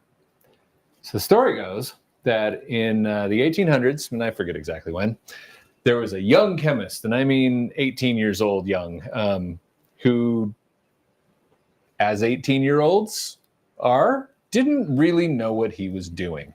What he was trying to do was synthesize quinine, which you may know from gin and tonic. That's what it is in tonic. And where gin and tonic comes from is that quinine is an anti-malarial that comes from the bark from a particular tree in Peru. And it's always been pretty expensive because it's just from this one place. It got to be a little bit less expensive when they really needed a lot of it for World War I. And it tastes very, very bitter. If you've had tonic water, that's the flavor. Pause. And so just to let people know, Planeswalker Portrait of Vraska, the top screen is what we're bidding on right now. We have the Mountain Dew can for scale. Just reminding people that's the auction that's going on. We have a little more than 3 minutes left. Continue, Steve. All right. So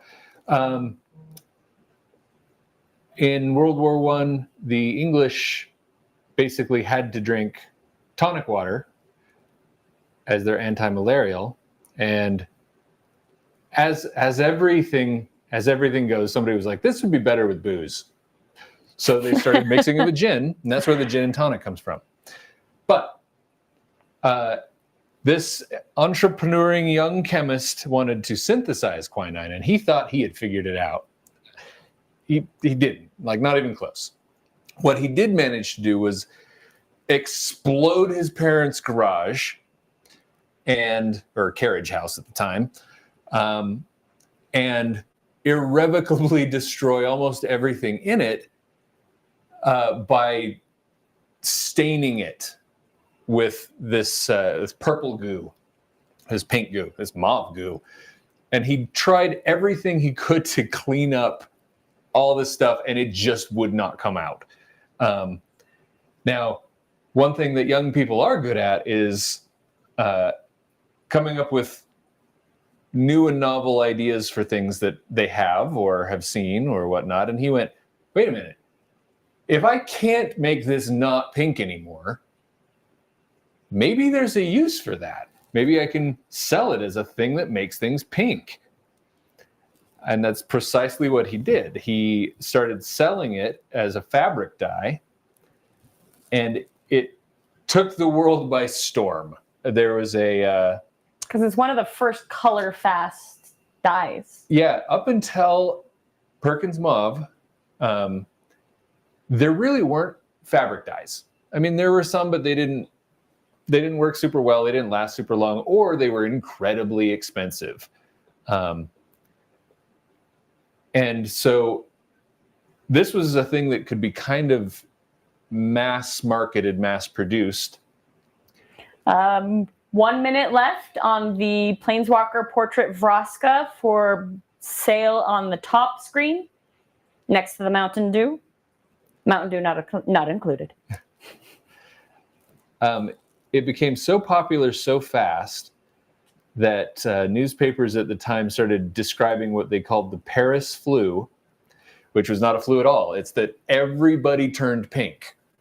Clothing, of course. but like all of Paris and all of the high fashion and everything was the same color. It was all this Perkins mauve, because everything else up into the time was browns and grays, unless you were royalty. And other chemists got wind of this and they went, wait, there's a market for staining things? Oh, we do that all the time. Like, we've made so many accidents that destroyed our clothes. That's a feature. That's something we can 4 sell. 4 seconds left. And so it didn't take too long. Abracadabra. Awesome. So it only took about 2 years before the rest of the chemists in the world were like, oh, this will make me money, and had created a vast range of fabric dyes. But it all started with trying to find a cheaper cure for malaria, a well-meaning but maybe not quite skilled as he should have been young 18-year-old chemist named Arthur Perkins. I think it's Arthur. It's named after him, Perkins mauve. I think it was Arthur, something like that. And it was around 1850. I have become a little bit of a nerd for the history of color. It's a lot more interesting than I would have thought. All right, Steve. It says we have 7 minutes left. Do you want to do a farewell artist proof sketch? In 7 minutes? I'll give you a little extra time. Are people willing to stay a little late? Scott, can you stay a little late? Are you guys like, this was fun, but we're done? Then we'll... Hell yeah, from Abracadabra. By the way, MTG Artist Proof says we do use quinine and the derivatives for malaria. I didn't know that about the color parts. Yes, quinine is very useful. He just didn't actually make a artificial quinine. He was trying to. But I think he made way more money. Oh yeah, he became quite wealthy. Fabric dyes became a thing, and he didn't like really keep up and compete, but he started it all. All right, so, Steve, they say yes. Okay. So while you get set up, guys, what do you want to see? Steve picks, but start throwing out ideas for our last sketch of Rejecticon. Maybe something to do with Rejecticon? Is it a sad Steve? Or is it a comfy Steve sitting on a couch? Or is it a living Mountain Dew?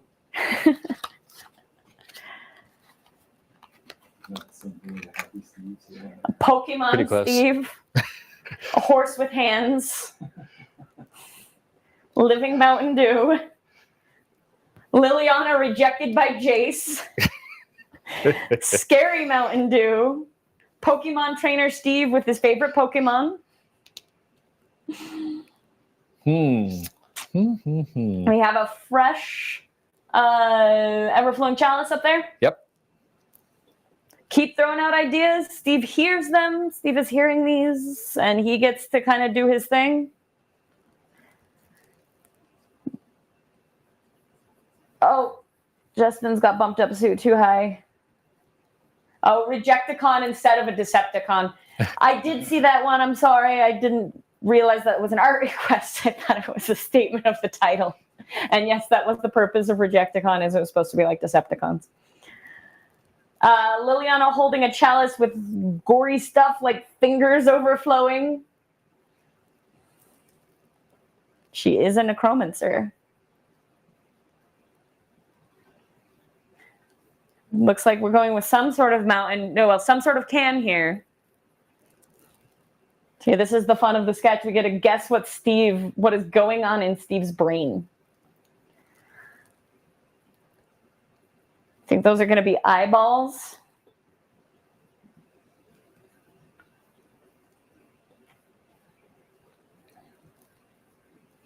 So this is our last sketch for Rejecticon 2024. You guys want to stay here? A Rocky Dew. That's what someone was saying. And once we get this a little more progressed, we will put it up as the last auction for Rejecticon. Just for those people who did pre-orders, Steve is still going to be working on those for the next couple weeks. If you actually bought something from the auctions on Whatnot, those will be shipped out in the next 2 days. But if you are, if you did a pre-order, those will take another couple weeks. Just another reminder to people till the end of tonight. If you go to steveargyle.com and buy stuff, you can use the promo code REJECTOCON, no dashes, no caps, to get con pricing, which is 20% off. If you buy a playmat, you can, in the notes of your order, request to have a free Rejectocon mythic stamp put on your playmat. We also still have the Buy It Now section, which has some of our metal prints from cons. It also has the 3-for-1 playmats. Those will come with a mythic signature and the mythic Rejecticon stamp. So just a reminder on all those things. Someone, Abracadabra says it looks like you'll be shipping a Mountain Dew can after all. That's right. That's right. MTG Artist Proof says, is it easier to ship everything together? Yes, however, Whatnot is like super strict about, at least as I understand it, they're super strict about getting stuff shipped out within 2 days. So yeah, it would be easier to just send everything out when it's all done. But we're going to go ahead and ship all the Whatnot stuff within the next couple days. The next couple days, and then you'll get another nice surprise when we finish the rest. Yeah, we wish we could ship it all together, but I like that Whatnot really is, stays on top of people about enforcing that things get shipped out. I can't blame them. I wish there was a way for the buyer to say it's okay to take a little longer. But that is not a feature right now, I don't think.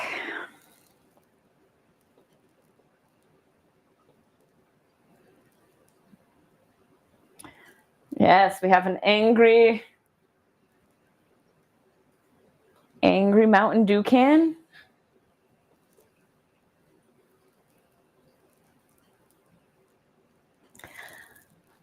For our last sketch that's going on over here, to the people on YouTube or Facebook, if you want to participate in the auction that'll be happening in a little bit for the sketch that's going on right now, you need to come over to Whatnot if you want to participate in this last auction of Rejecticon.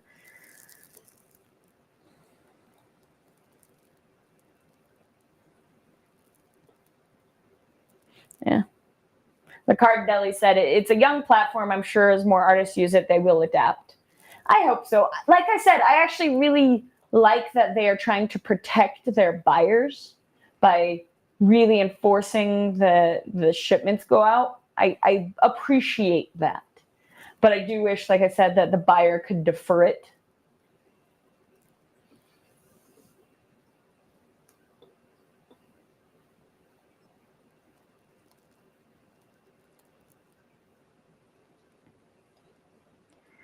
You got people coming in for your last sketch, Steve, to check it out. Awesome. You're going to put Rejecticon somewhere on it? Rejectican? Sorry. The Rejecticon can. I do think that Mountain Dew for scale should be a thing. That should be a tradition now. Part of the Steve lore. That is how we do it. Mountain Dew for scale. I like it. There's someone in the chat the first day that suggested it. It's a great idea. Because we had put something in there for scale, and they're like, do a Mountain Dew can.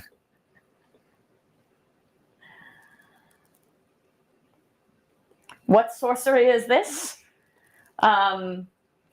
This is Steve making beautiful art sorcery, or quite literally, it is on the back of a ever-flowing chalice.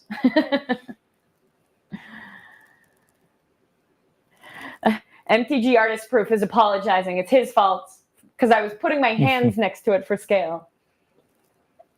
But I think that the Mountain Dew can is now adopted. Thank you. It's a great idea.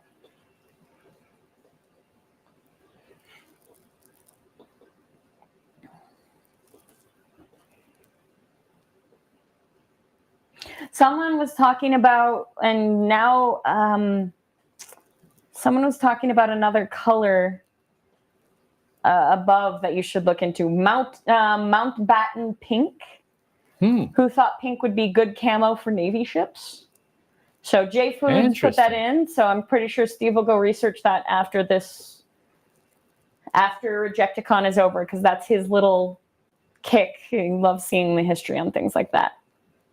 My weird nerdy thing. It's funny because I kind of like art history, but not nearly as much as I should as an artist.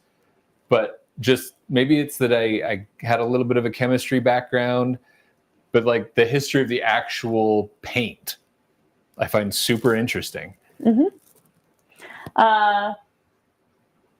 Lev, Queen of the Horde, is saying hi. They're Hello. a quiet listener and loving the art.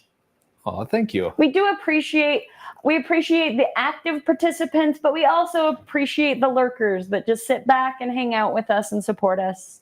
We love all of you. It was quite a surprise after we had stopped doing Sketch and Scotch how many people came back and said they watched recordings later and appreciated the support and did art because of that. And that's really warms our cold dead heart. So we appreciate everyone and all the support here. Skynox says that they are getting into Shimizu Port, so they might get to see Fuji. Mount Fuji. That's awesome.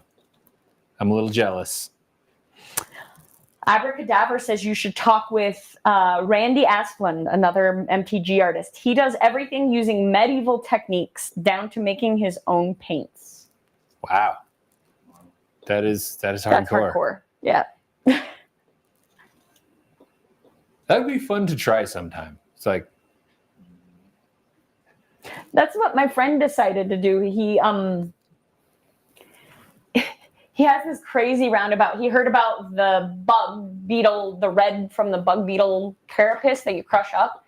And he wanted to use that, but he needed something to use it on. So he got into spinning wool, which then got him into crochet, which then got him into different types of wool and how to like alpaca. And it was this long stream of learning, all because he wanted to learn how to use those beetles to dye. And then he figured out spinach is a good natural dye and other things that are good natural dye. And it was this whole rabbit hole like I see Steve go down. So he quit painting and now he's just a sheep farmer? isn't he like he's an executive, architect. right? He's actually the head architect for my software, for the software at my company. He just loves, and actually I think this is part of the idea of art makes life better, is everyone needs an artistic outlet. It's what makes us human.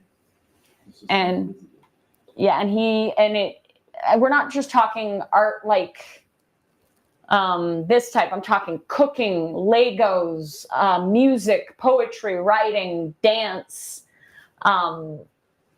artistic outlets make our lives better. So crafts. Yep, Tourniquet called out crafts. I consider that 3D art. I am learning how right now to felt. And it doesn't matter if you do it good, just do it. Sorry, Steve, I keep interrupting you. Go. So like speaking of the cochineal beetle and the red dye that it made, one of the things that made Venice the merchant capital of the world was that they knew how to dye fabric in red, which was a very big deal at the time. And it was a big enough deal that if you knew how to do it, and you had to be in Venice to learn. So if you knew how to do it, you had to stay in Venice. They wouldn't let you leave the city. And if you told anyone or tried to leave, it was punishable by execution. There was a time and a place where if you told people how to make something red, they would kill you. The trade secrets, yeah, they adamantly guarded their trade secrets in Venice. Steve, what are we calling this piece so I can get the auction ready? Rejecticon can? Reject a can? Reject a can?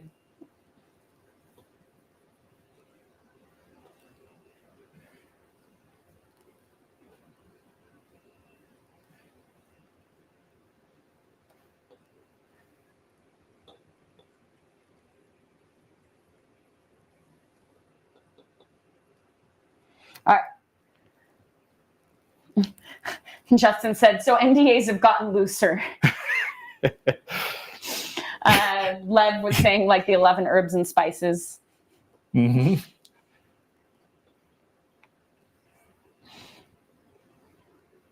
It's kind of amazing. Venice is great to visit, by the way. We got to do that a few years ago, and it's just a lovely place. It really is. There's not a lot of stuff to do as far as like touristy stuff, although there's a lot of tourists. But it's just like a beautiful it's just place. So small. Yeah, but to just walk around. Yeah, at first it feels a little bit strange because they don't have cars, right? They do have boats, motorized boats, and every once in a while they'll bring in some trucks to refill stuff. But at first you're not sure what is different, but as you start walking around, you're like, they have streets, and there's no cars ever, and there's no amazing street noise. It's a walkable and made for walking city. I've always wanted to be kind of an art bum and just spend a couple of weeks in Venice painting. Because if you're going as a tourist, you probably get exhausted of it in just a day or two. Like, there's a couple museums. There's some cool stuff to see. You could probably do 3 days. Well, and if you go to the outside, Murano, some of the outside islands.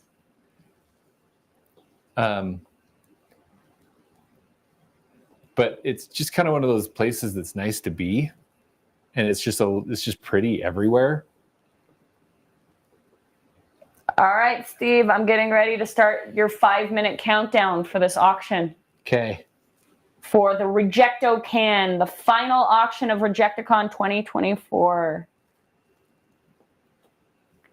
It is up and going. While we're doing this last countdown, just want to call out a thanks to Scott. Scott, as well as juggling our awesome God babies. We were saying thank you. We weren't calling you back. Scott, as well as juggling our God babies, set up our whole tech. We have 4 cameras, beautiful professional setup here to make Rejecticon better. Yeah, the only things that are not ideal are totally my fault. Like, I brought this crazy halo light so that I could see what I was working on a little bit better, and it blows everything out. Hand and check. It does all that. So, and Scott has patiently ran active and proactive tech support for us all weekend. So thank you, Scott, to your support for this. Yep, and we're here for our last 5 minutes of Rejecticon. I guess 3 minutes, 45 seconds. Nate's ahead right now with our Rejectican.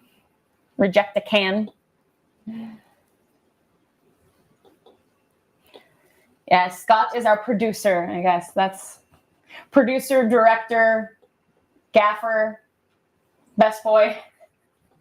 I'm just a PA. What does the best boy do? Best boy's an electric. Electric. You ran electrical. You were gaffer too, because you gaffer taped down the. I would need electric hands.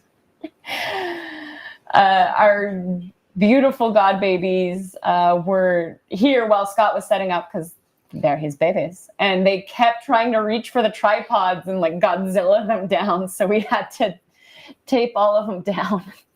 They loved the mixer though. The Because mixer it's is buttons that light up, and it's knobs, and it's the little levers. Like, it's a perfect toy. They had so much fun with the mixer. They are directors in progress, you know. So Asteroxo says, thanks. You've been a good producer. Justin says, this whole thing is incredibly fun, and it will take me until next PajamaCon, which is what we're probably going to change for Rejecticon next year. PajamaCon to pay it off, but my walls will be awesomer. Dark Memoria says, looking forward to next time. We will try to not be a stranger to whatnot. But with that said, con season is upon us, so I don't know how super active we'll be in the immediate future. And Steve has to finish your guys' artwork from this. The heads up, if you did do a pre-order, Steve will again be recording all of those and posting those up on Facebook and on social media, posting those videos up as he works on those. Thank you for the pre-support that a lot of you guys did. The feedback, the patience with the technical difficulties. We appreciate all of it. Yeah, this has been really amazing. We didn't entirely know what to expect, and you have surpassed all of our hopes. And we'll try to make it even better next year. We really, this has been fun and heartwarming and awesome, and you guys are amazing. Nate is winning. 1 minute left for our last auction. Quiet is asking, did Steve actually ingest less Mountain Dew this con than others? I think so. I didn't have to IV him to keep him going through this one because it was so relaxed. Because we're at home, we're taking breaks, we can take a nap. Sometimes people will bring me an entire 2-liter, and that only lasts a day. So I think this has probably been less. Though the can was much more involved. Yes, the can was a star. Because it's the scale. Maybe we should use Mountain Dew cans to prop things up all over. That'll be your thing at cons. No, then I have to bring Mountain Dew. No con funk either. Asteroxo has hit it on the head. No con funk. You keep your things to yourself. Last minute bidding war. It keeps resetting back to 10 minutes as someone goes back and forth. The MTG Artist Proof is fighting with Abracadaver. Bidding war to keep this going as long as they can.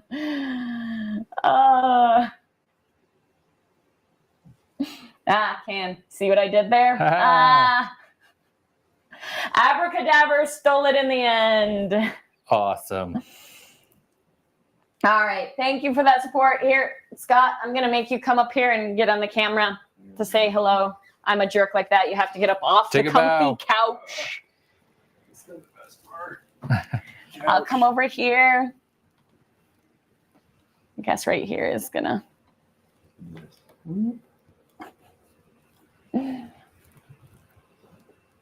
Hi, guys.